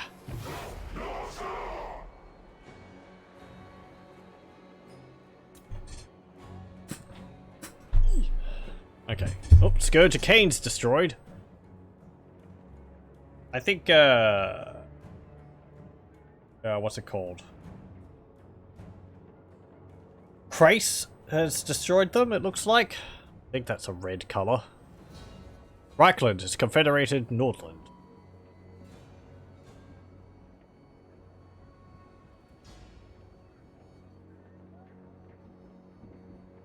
We'll go and attack Troll Fjord and then move up to Beyondlings. What's it called? Yeah, the Beyondlings gathering. Up. Yeah. Oh, hello. Really? You're giving me that much of a chance? 50-50?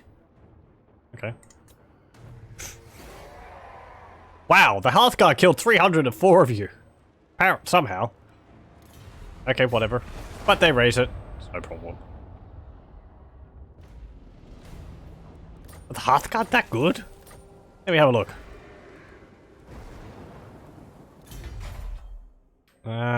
85 armor with a bronze shield, 75 leadership, 35 speed, 34 melee attack, 42 melee defense, 36 weapon strength, with 8 armor piercing and 26 charge bonus.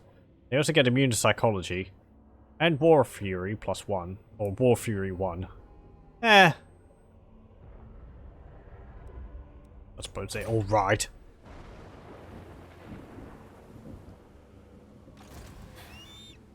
Okay. My powers are yours. Well, yeah, you're just gonna have to get off the, Spread Sure. terror. Okay. Animars swimming through the land again. As they are wont to do.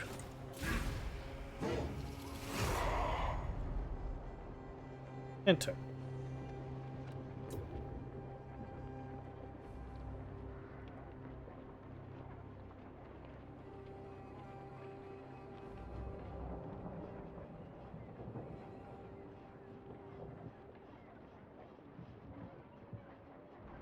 Paravon declares peace with Carcassonne.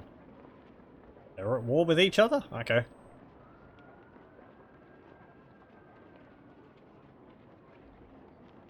Tonians declared war on each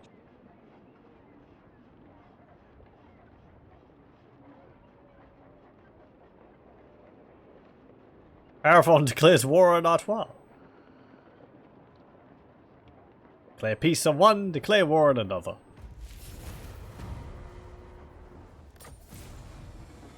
And you want me to attack Captain Sissoko again?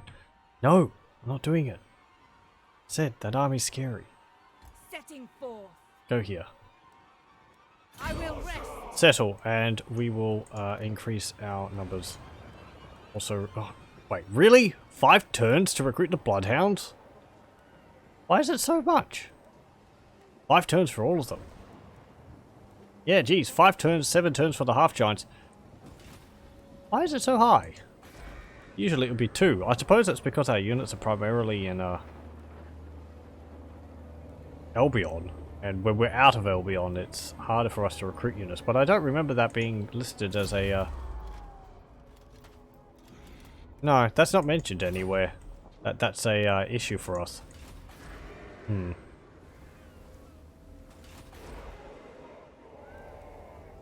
Because they only take 1 turn to recruit here. Yeah. So it's 4 extra turns for recruiting units from global recruitment outside of Albion. That seems rather harsh. I am denied. I mean, you know. As I said, we're an insular faction. We're not really supposed to be going outside of Albion.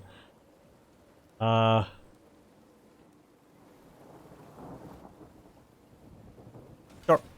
Let's let that go. Trollfjord's going to be full of trolls. I wonder how big its garrison is. We're going to be able to deal with it. Yolkur. Giovanni Armistead. Just moving their armies around. Skip all that.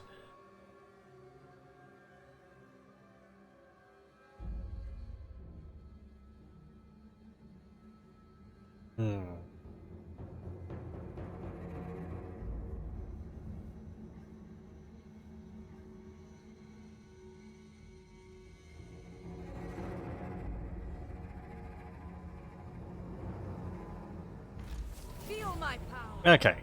Hey, we got Horse Masters Clinchers. Who seeks You got another level. You can get...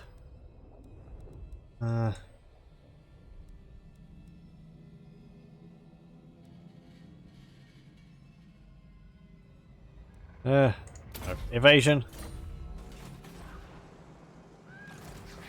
Oh, hello. Bard and Packmaster. all powerful sorceress? Okay, how are the trolls here? Ugma tribe. Can we cancel the move, have a look at what it's like, then have a look again? Let's see. River trolls, stone trolls, Chaos trolls armored, Norsca ice trolls, forest trolls, and southern trolls. Well, that's fine. Supreme sorceress. Declare war. Chief Ugma. I'll crush you personally. That's actually a lot of factions we just went to war with. Blooded Axe Tribe, Clan Molder, Black Crag, and Greenskin Swar. Great!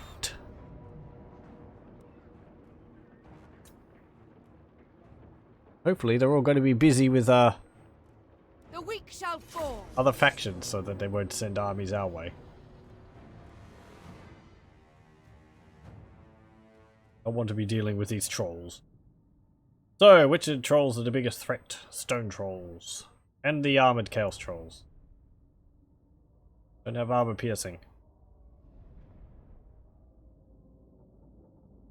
Ice trolls will slow our units down. Forest trolls, not too bad. We lack armor. They're gonna hit us hard. Though, we do have nice spells now for buffing our units. Okay. Orders, my lord. Yep. Just form up there. Aye. Do this. We are ready. By the lady. Do that.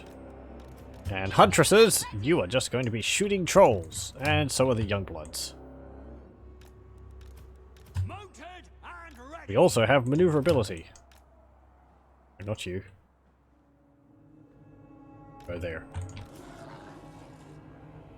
The bloodhounds aren't going to be doing much.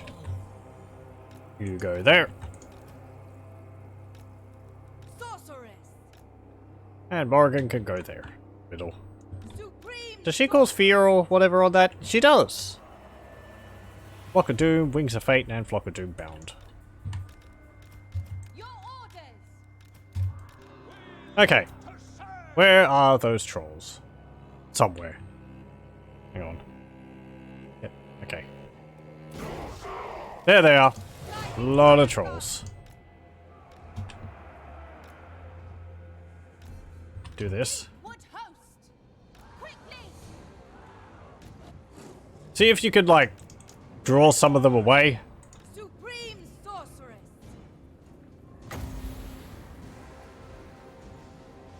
Where's their general? Well, whatever, hit them. Pew! Destruction.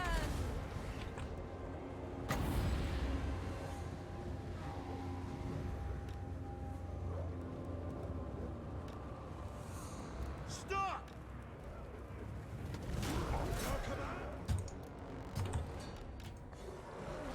Okay, our lines have met.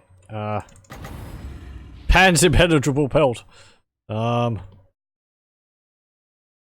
Here.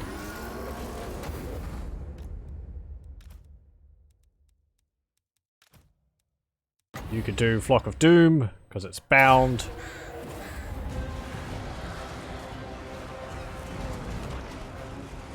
Turn off Blacker. Hey, they're terrified. Enchantress. Hearken to me. Pew! Your command. We serve the king. More birds. Okay, chase them down. With haste. Daft Wooly, where are you? There you are. Armed and ready. Follow me.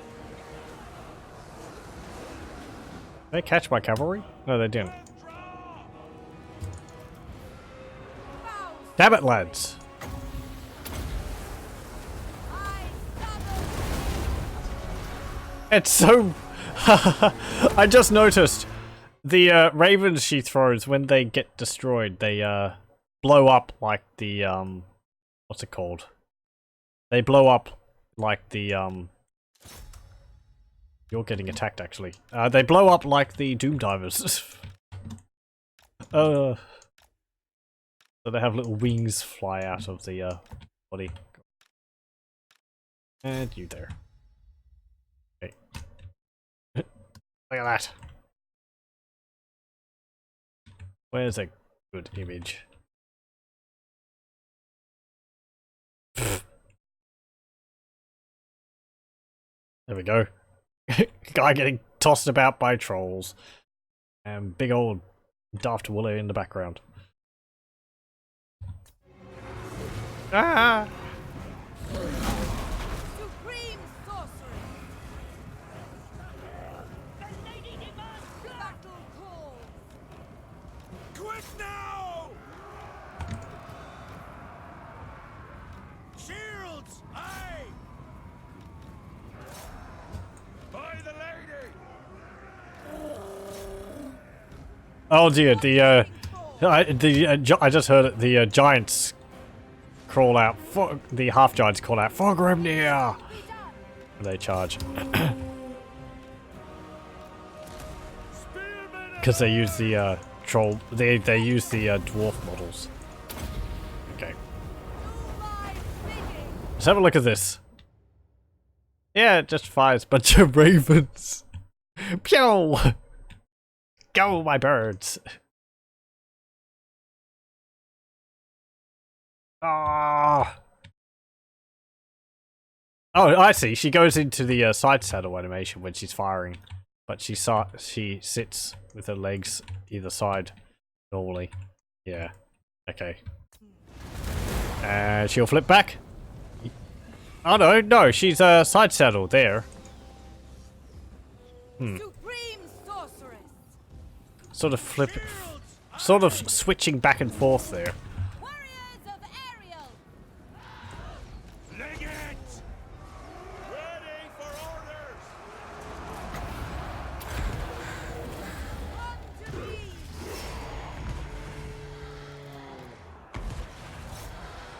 Battle ready!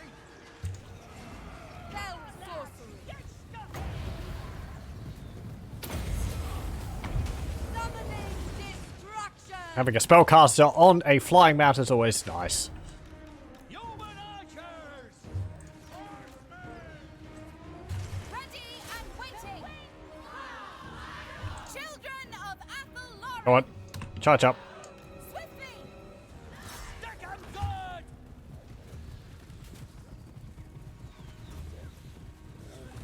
Pew. Ready for battle. How many kills did Darth Waller get? 10! Hey! Okay. That didn't go too badly. Oregon got 9 kills with those ravens she was pelting them with. Darth Waller got 10. 1 kill for the half giants. 5 for the bloodhounds, but that's because they were chasing down fleeing units. 11 and 12 for the young bloods. 3, 1, 3 for the spears. 2 for one of the warbands. They got 0, 0, 23, 17, 37, 1, 29, 6 and 10.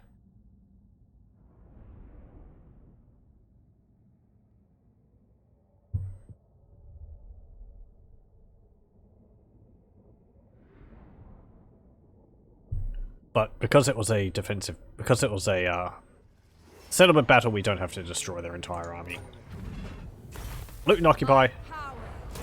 Enchanted shield. Attacker. Yeah, okay. Let's repair the troll cave. And what am I going to build here? Actually, do I want to build?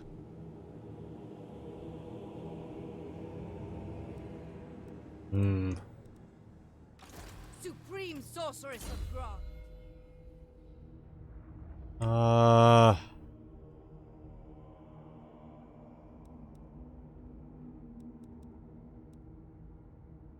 What's this one from? Available at rank 15. Okay, 2 more turns. Get Route Marcher. Extra 10% movement. And we can get... Do we have a building which increases our casualty replenishment rate? No, we don't. Oh, yeah, we do. The Shrine of Danu. Well...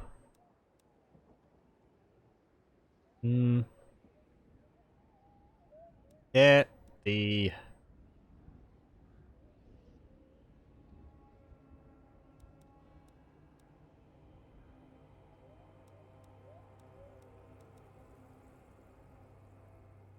I don't know. Hunter's Lodge. For the increase in growth. It's going to take a while for it to grow anyway because it's an unpleasant environment.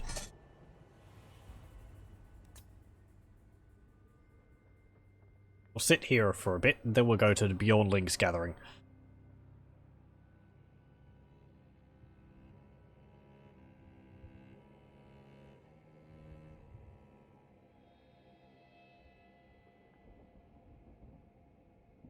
Is that actually...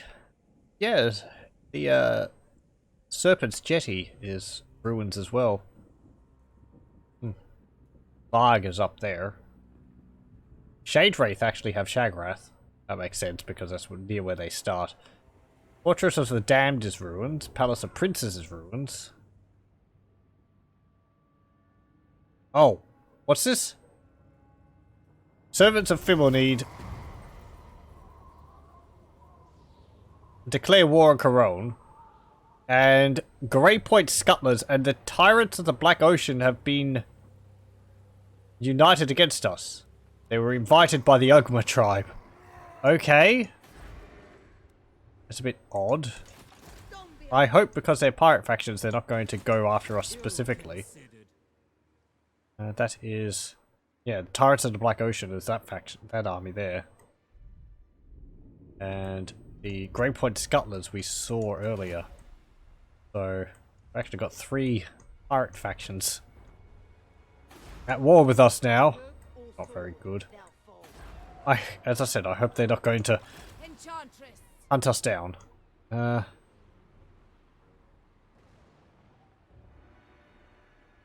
many turns is it going to take for you to replenish?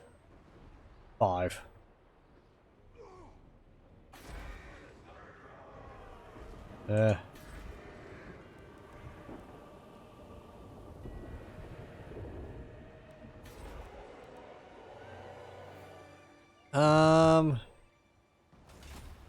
What is your There's another shipwreck up there. Beyondlings Gathering. What type of garrison do you have? Kind of normal.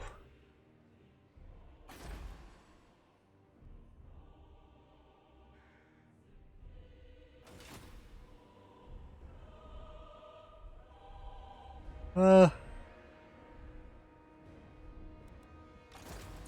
Series.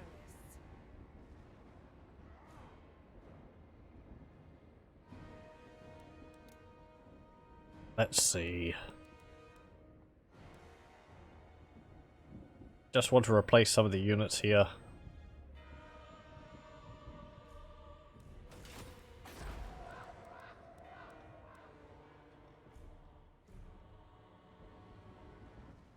Of the Dark Convent.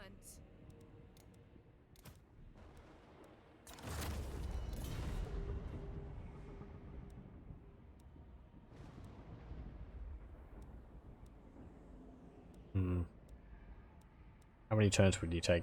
5 turns to fully replenish. 5 turns we could just recruit a better unit.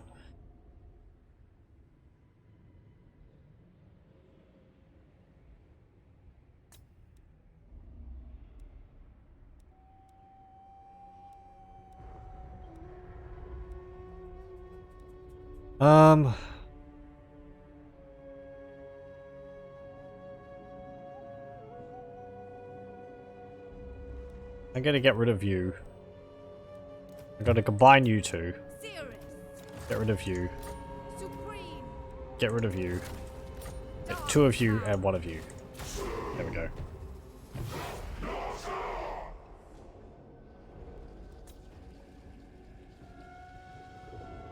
We're a bit down on our anti-large, but we got another unit of ranged anti-large.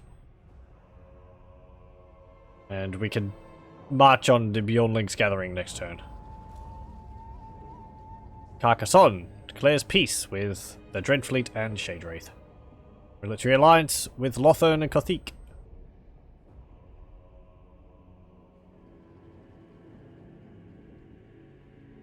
I suppose we'll be seeing soon whether we discover the Red Duke ambushing somewhere.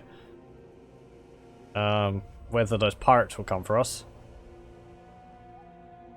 Wait, what?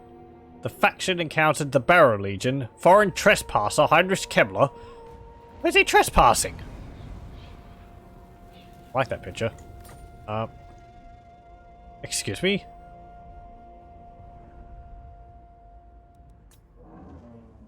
Eh? Kemler, are you here? We're not at war with you, are we? Oh? Are you in Albion? What brings you If so, what are you doing here?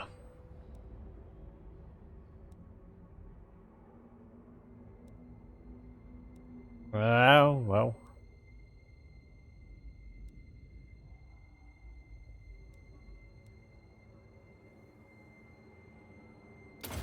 Okay, boon of courage. Mother of the Dark Convent. Okay, well, Black Arms. march up here. Sorceress. Attack Beyondlings Gathering. I like that we can move as far as we want, and we can just raid. Marauding. Very nice. Your garrison is basically nothing. who calls? Kemler, Battle. are you in Albion? Rattle your staff for yes. He's looking for Krill. Where is he? Where in the Warhammer world is Krill?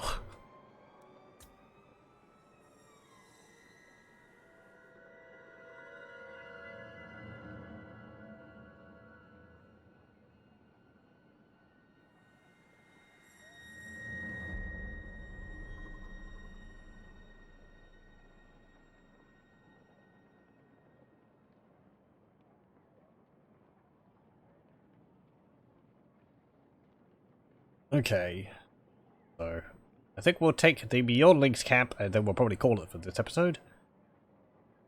Unless something else dramatically happens. Maybe we could take the pack. Oh, gotta say, maybe we could take the Pack Ice Bay, but then it's taken by Varg. Druki Seals. No, you're not, my dear. Yeah. Magical reserves. Oh, hello. Actually, Kemler, you are here.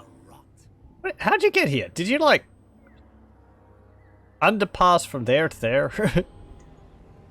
Hello, Kemler. You enjoying yourself here? Can I get you anything? Like, a cup of tea or something? I need more minions. Well, I can't give you minions. Our paths have crossed. Whatever. Just enjoy yourself there, mate. The portents are good. Just, I don't know. Tidy up after yourself when you leave. Attack, you fools. There we go. And I don't think this is a unique map. Nope. Let's just auto resolve. Jeez, those bloodhounds take a beating every time. Loot and occupy. Raw power. Wand of Jet. Improve power reserve. Improve power recharge rate. Plus 30 ability turn. Thingamabob. Get Shrine of Danu. And get the Ogham Stones. All powerful sorceress. You can get. I'm gonna get fervored on you actually to help lower the corruption even further. Imminent rebellion. Oh really? I wonder why. Trollfjord's probably going to get raided and removed. Find me grave power. Go away! What are you doing here, Kemler? Go home! Go home, Kemler. You're drunk on necromantic power.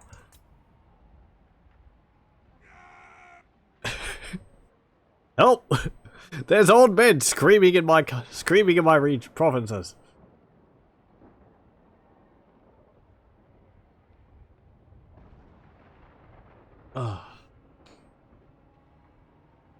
Oh, there he goes. Now where is he? He was just there and he just swooped back out of existence. I didn't see where he went. I was too busy shaking my head.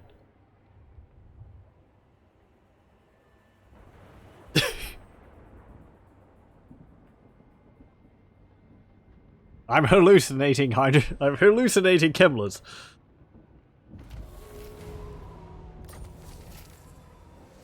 Oh, he's actually raiding Vanaheimlings. Chimera Frenzy! A pride and monstrous chimera have flown down from the mountain reaches, or displaced by some other foul threat, and are causing havoc amongst the populace. It will be some time before they can be removed. Oh great, public order goes -4. Feel my power. Oh, yeah, look at this. Lovely Chaos Warrior army. Oh, So thrilling. deal with you. I will. I'm not going to be dealing with that. Unbridled. Chaos Warriors Taking all over the place. Forget dark you. sorcery. I don't want to have to deal with armored Chaos Warriors. Nope. Ogham Stones. Kamala, seriously, where did you go? You were there, and then you just poofed out of existence.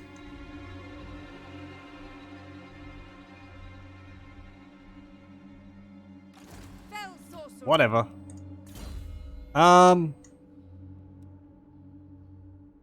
Bars protection.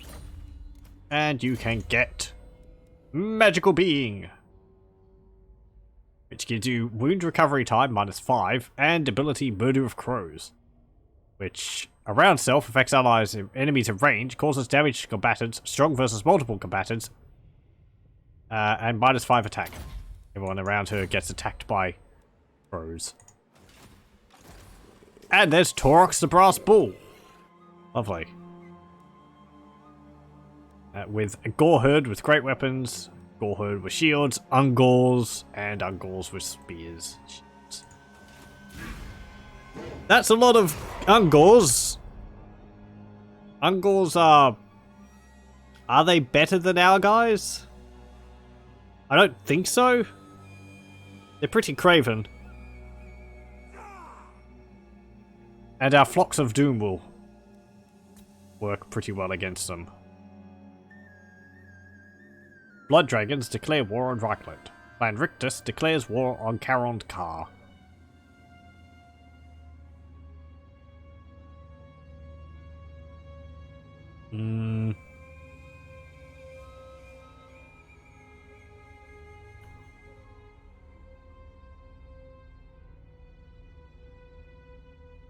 Oh, Torox is raiding me. Well, you know what that means.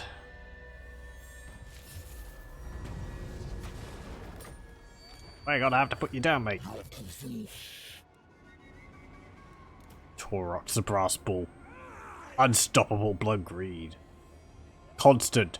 Active if enemy presence in ability range. Disabled if leadership is broken. +8 melee attack, +12% speed, 24% charge bonus, and immune to psychology. Minotaurs become more savage and frenzied the greater descent in sight of blood. So, Gores. Gore herds. Ungors. I have the expanded factions Beastmen mod, so it adds the Gore herd with great weapons, as well as a bunch of Bestigor variants. It also adds this unique ability for them. I don't think it adds Primal Fury, but it adds Hatred, which gives them a... For 8 seconds at the beginning of a battle, they have... For the first 8 seconds in melee, they get a +3 melee attack bonus, which is a very small thing. I suppose it represents the Hatred ability, which they had on the tabletop, where they would get a bonus. Torox, me lad. You don't actually have any, what's it called? We're already at war with Clan Neighbour. You don't actually have any, what's it called? Ward saves. Not seeing ward save on you. May their death be Let's slow. go beat up Torox and all of his Ungors. I said before, I've played as Torox. It's good fun. You just roll around with an army of Minotaurs, smashing everything apart. The model for him looks really nice. It's basically what I imagine him to be. Just a Minotaur which is bronze. With 2 big axes.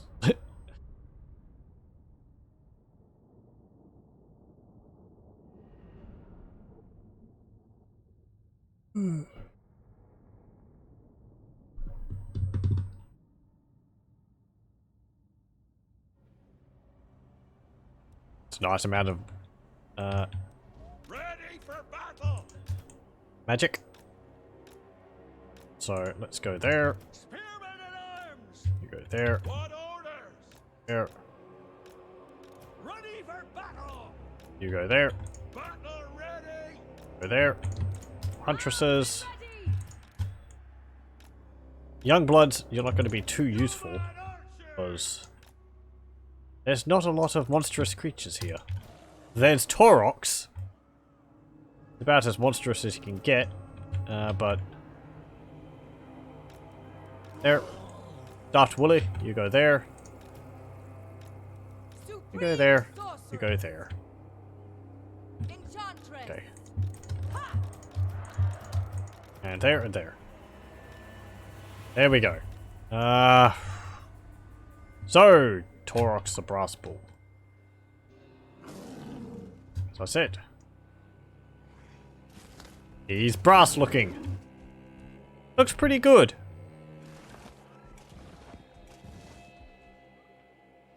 I mean, it's basically what he is. He's a really mean minotaur whose skin is made of metal. And he's bestigors. Or he's goreherds, which I kind of wish they weren't so red. Particularly the minotaurs. They all look sunburnt. Oh well. It's like the Morgul or Malagor's armies where they're all yellow. It just looks weird. Moving on. It's to differentiate the tribes between each other.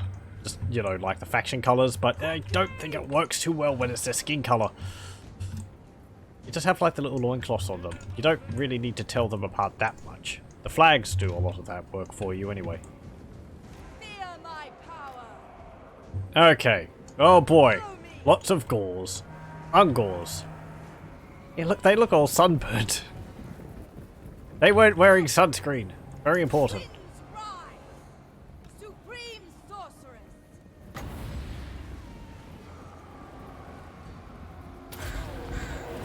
I summon thee.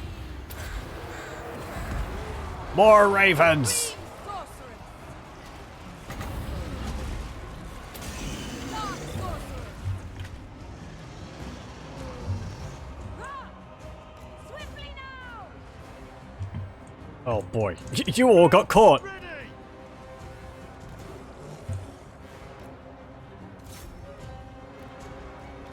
Human archers! Supreme sorceress. Where's Taurox? There he is. Summoning Chuck a few birds into him. Albion. Let's get a good shot of that. Behold, my birds.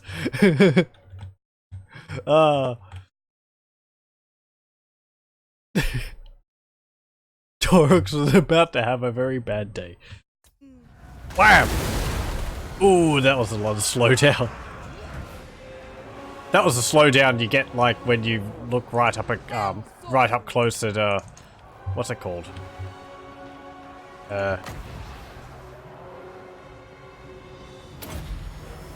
Supreme sorceress. Warp lightning. Men of Britonia! Run up through! Okay. Retreat back here. Rookie sorceress. Shields! Oi! We serve the king!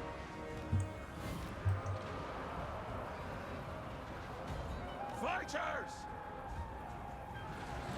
Foul sorceries.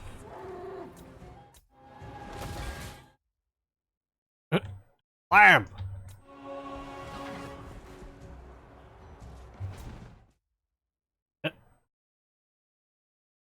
I'm gonna headbutt you.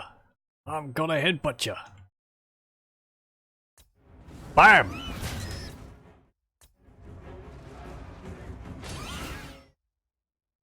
It's like staring at me. Oh. Come on.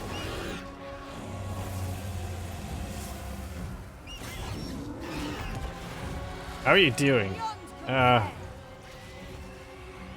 Well, yeah, you're taking constant damage from her ability, aren't you? Thud. That's a pretty good shot. Big giant comes in, clubs. Big giant comes in, clubs Torox over the head with his club. Bonk.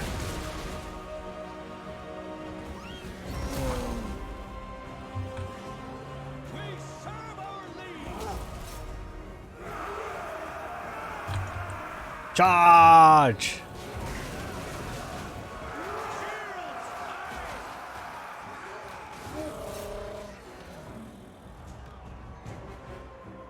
At pace! Armed and ready! Dark power! Shields high! Okay, move up. Oh. I think they've basically broken, so we don't have to worry too much about them now.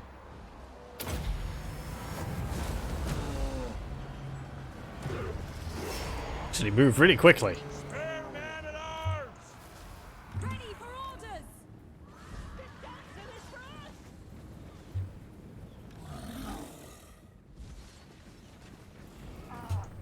Ah!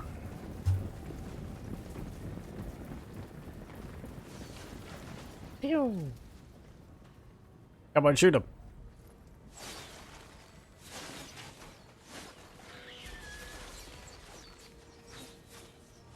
Where's he go? Yeah, whatever. Limitless power!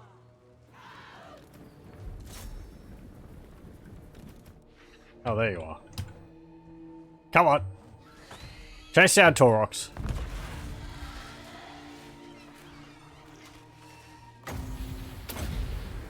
Give her a few crows, ravens to eat. Nom. Dividing my authority! Hearken to Dead. Oh. When the ravens hit the ground, they turn into the Doom Diver catapult's corpse. Oh, so they just become half goblins in the ground. at once! Oh, that wasn't too bad. A lot of Ungors died today. How many did you kill? 211. The half giants seem to be more effective against infantry than they do against large. Suppose our anti-large is more of a bonus on top of that.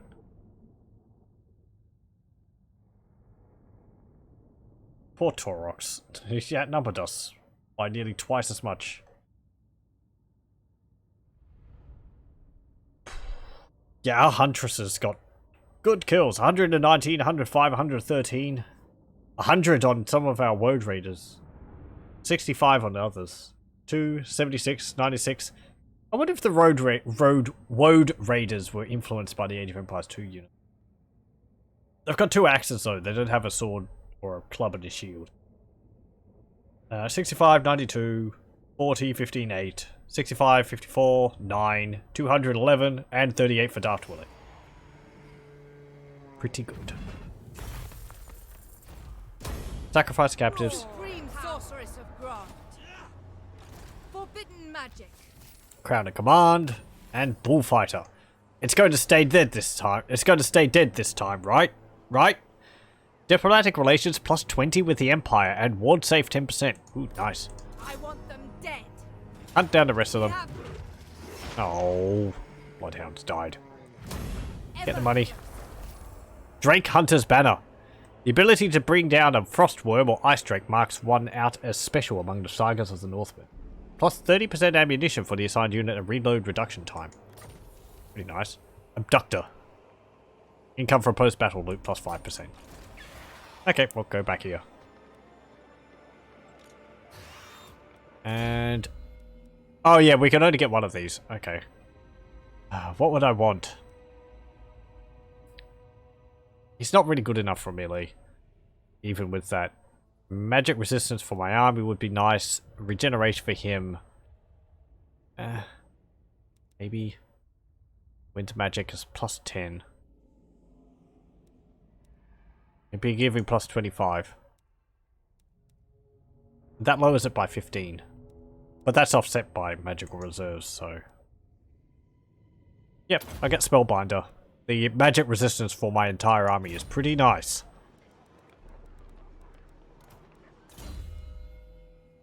Let's see here. What do we get? Darkened Skies. Clouds of ravens fill the skies in anticipation of a feast. Only fools would take to the skies under these circumstances. That deals constant damage to combatants, minus 20% range, and minus 20% speed to all flying enemy units in the entire map.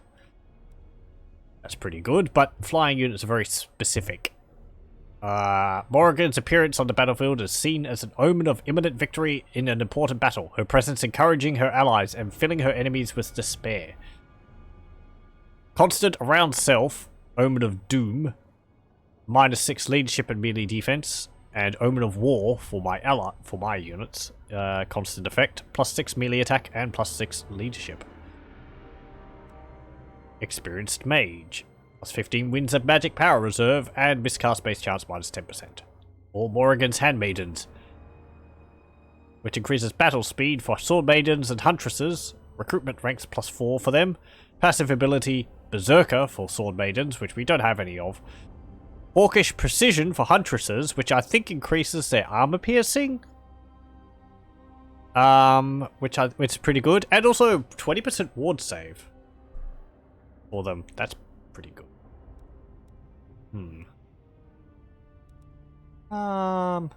That's only 40 meters. But she tends to be near the front lines anyway.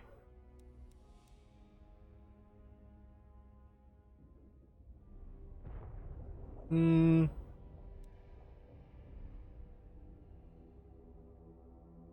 am going to give you Omen of Victory. That's very good. But I'll get that more when we have Sword Maidens, actually. Okay. And public order's fine there. I am going to get sure, a unit of Hearthguard. Actually, get a unit of Hearthguard and something else. Combine you. Okay, unit of Hearthguard and unit of Woad Raiders. Our physical resistance is pretty good, especially with the Woad and where we have high magic. It gets an extra plus 15%. Though it gets weaker as I cast spells, which I haven't been paying attention to, but I suppose it's something to keep in mind. Camerhon, the Bloody Hound, just cruising around in your chariot. Okay, end turn, and I think we'll leave it there for this session when the next turn comes around. So, actually, I think that's one of the land. What's it called? The land encounters right there. Heinrich is trespassing again. Go away, Heinrich. Stop wandering through Albion. Black Crag confederates Scabby Eye. Drak and Ugma tribe declare war on each other. They want peace. There is no peace. Only war. Baston declares war on the Beastmen. And Paravon declares peace with Artois. And we encounter the Ripplehorn tribe. Where are they? Doesn't say. Okay. How are things looking over here? Doomkeep. That's just owned by Van Heimlings. Naglfari Plain is not held by anyone. Varg Camp's held by Varg. Nordland, yeah, that were confederated. Marienburg's held by Corone, which means that they're going to get penalties with the Empire. But their relations are still improving.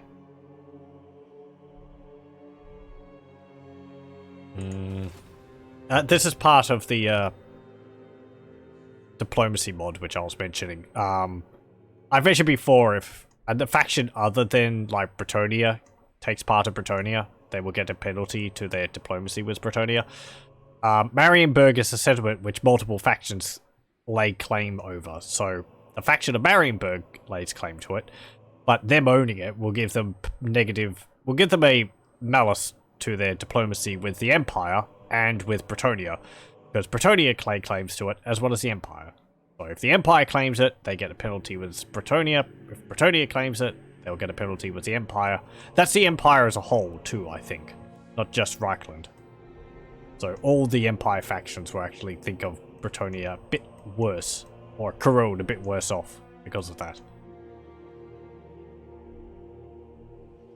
What's this? Ancient Subterranean Palace. That's fine. Yep, fine. We'll do that all next time. And that is one of those locations. Point of interest. Oh, there they are. Goros Rat Eater. Be killing Skaven. Anyway, I think we'll leave. Yep, I'll be on campaign there for tonight. Oop. Just went through my Epic Store library and saw Thimbleweed Park. Have I ever played that? No, I have not. I have looked at it. Looks very interesting. It's done in a similar style to Maniac Mansion. By the same people, I think. I never played Maniac Mansion growing up. I have played Day of the Tentacle. It's one which I've had a look at. But I haven't got it.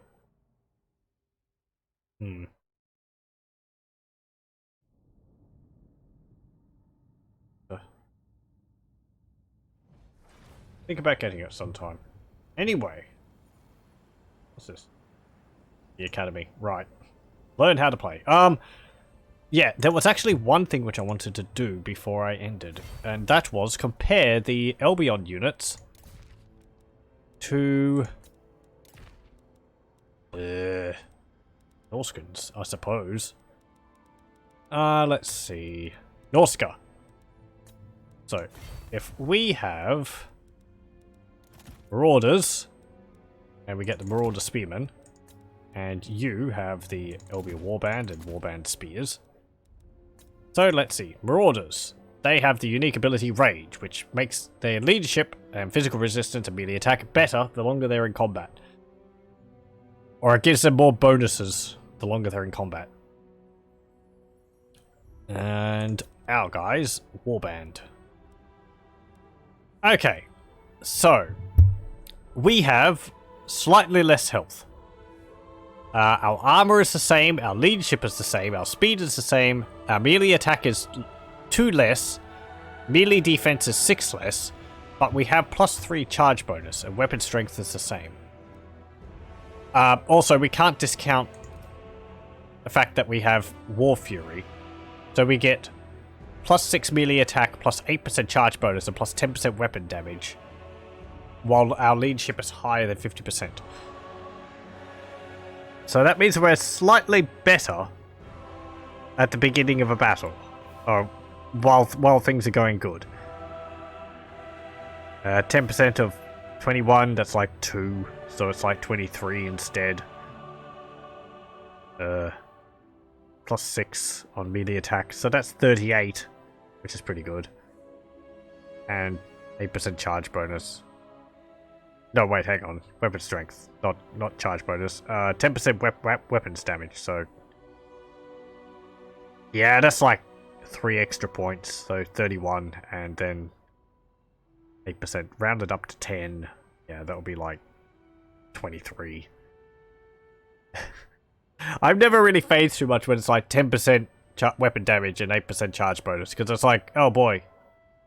It's the same opinion I have when it comes to ARPGs like Grim Dawn or Diablo 2. It's like 2% increase to such and such. I'm like, oh, great.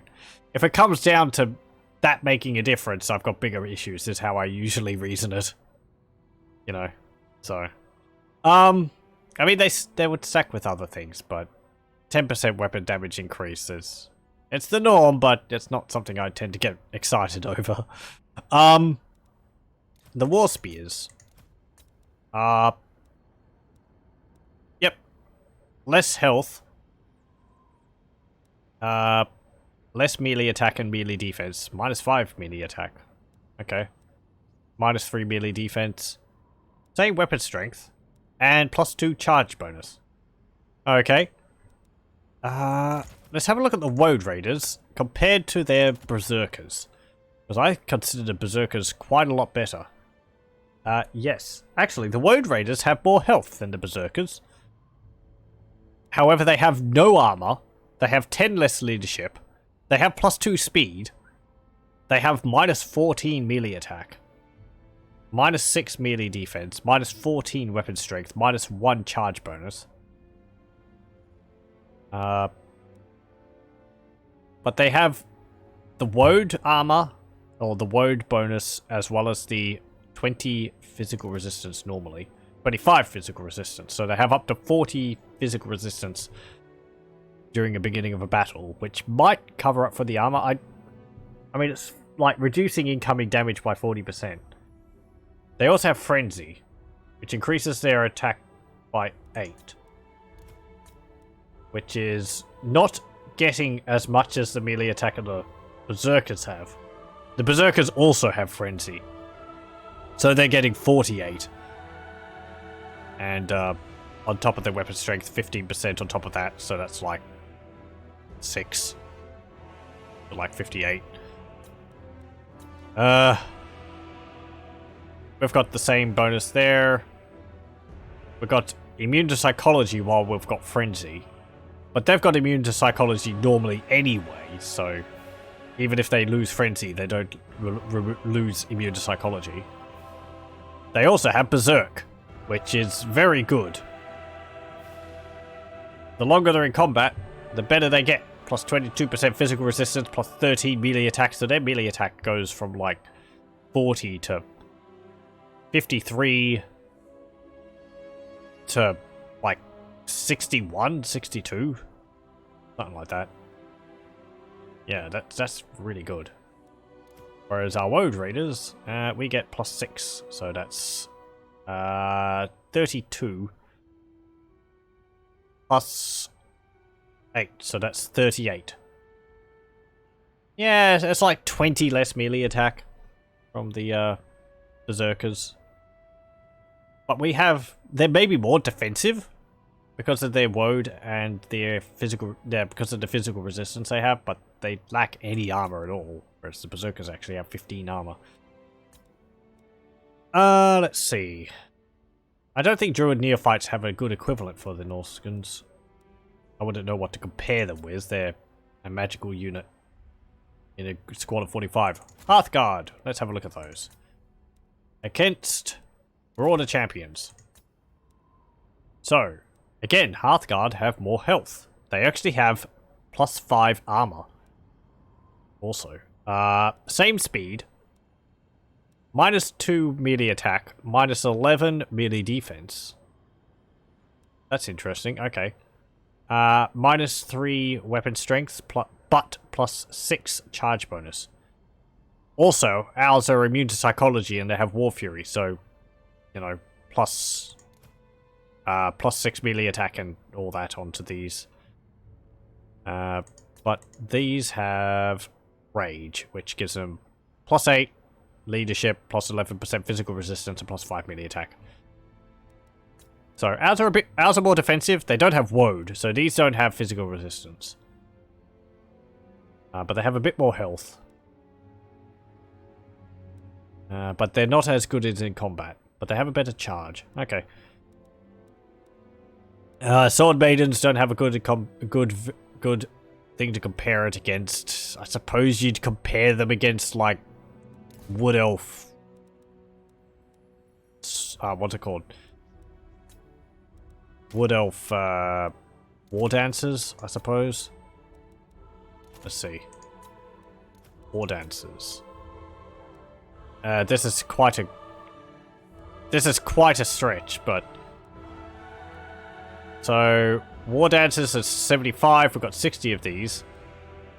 Sword Maidens actually have 5 armor here. I thought they had no armor in the game.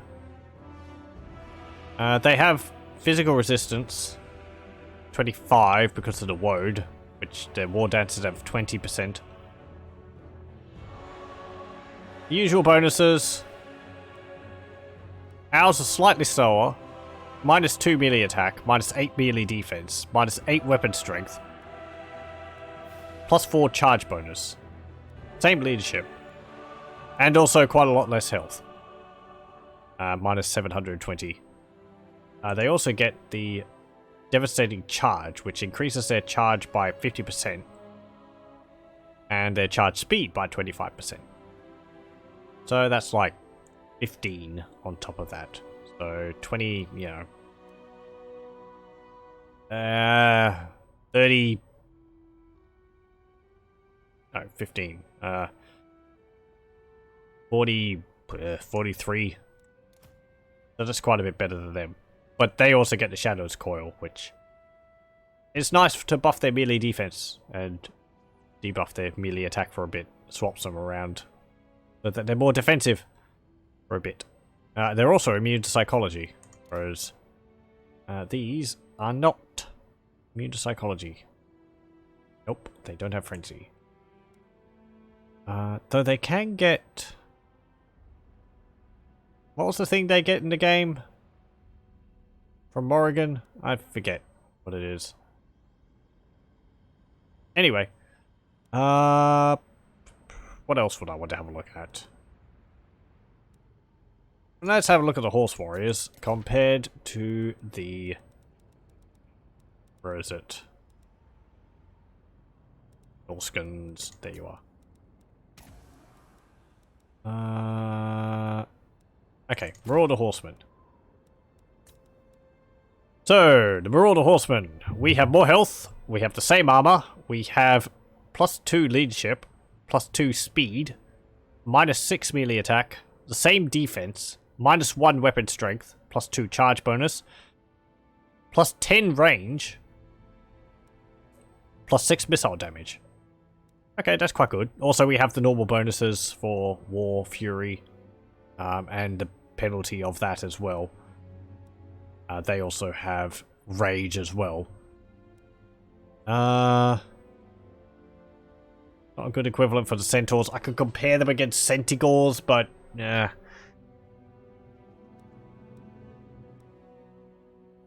Let's have a look at Fen Beasts versus Chaos Spawn.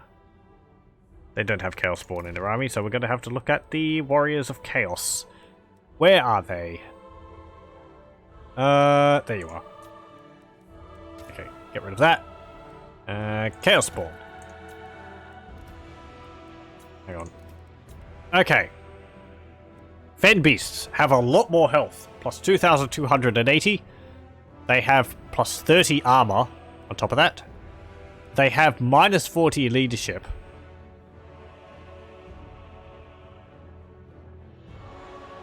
Are they unbreakable?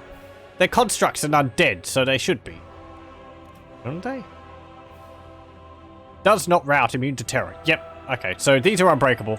And like Chaos Spawn are unbreakable. But they do suffer from crumbling. So even though, yeah, Chaos Spawn are actually better in that regard. Because even they're unbreakable. So they're just, and they don't have crumbling. Whereas Fen Beasts would have crumbling.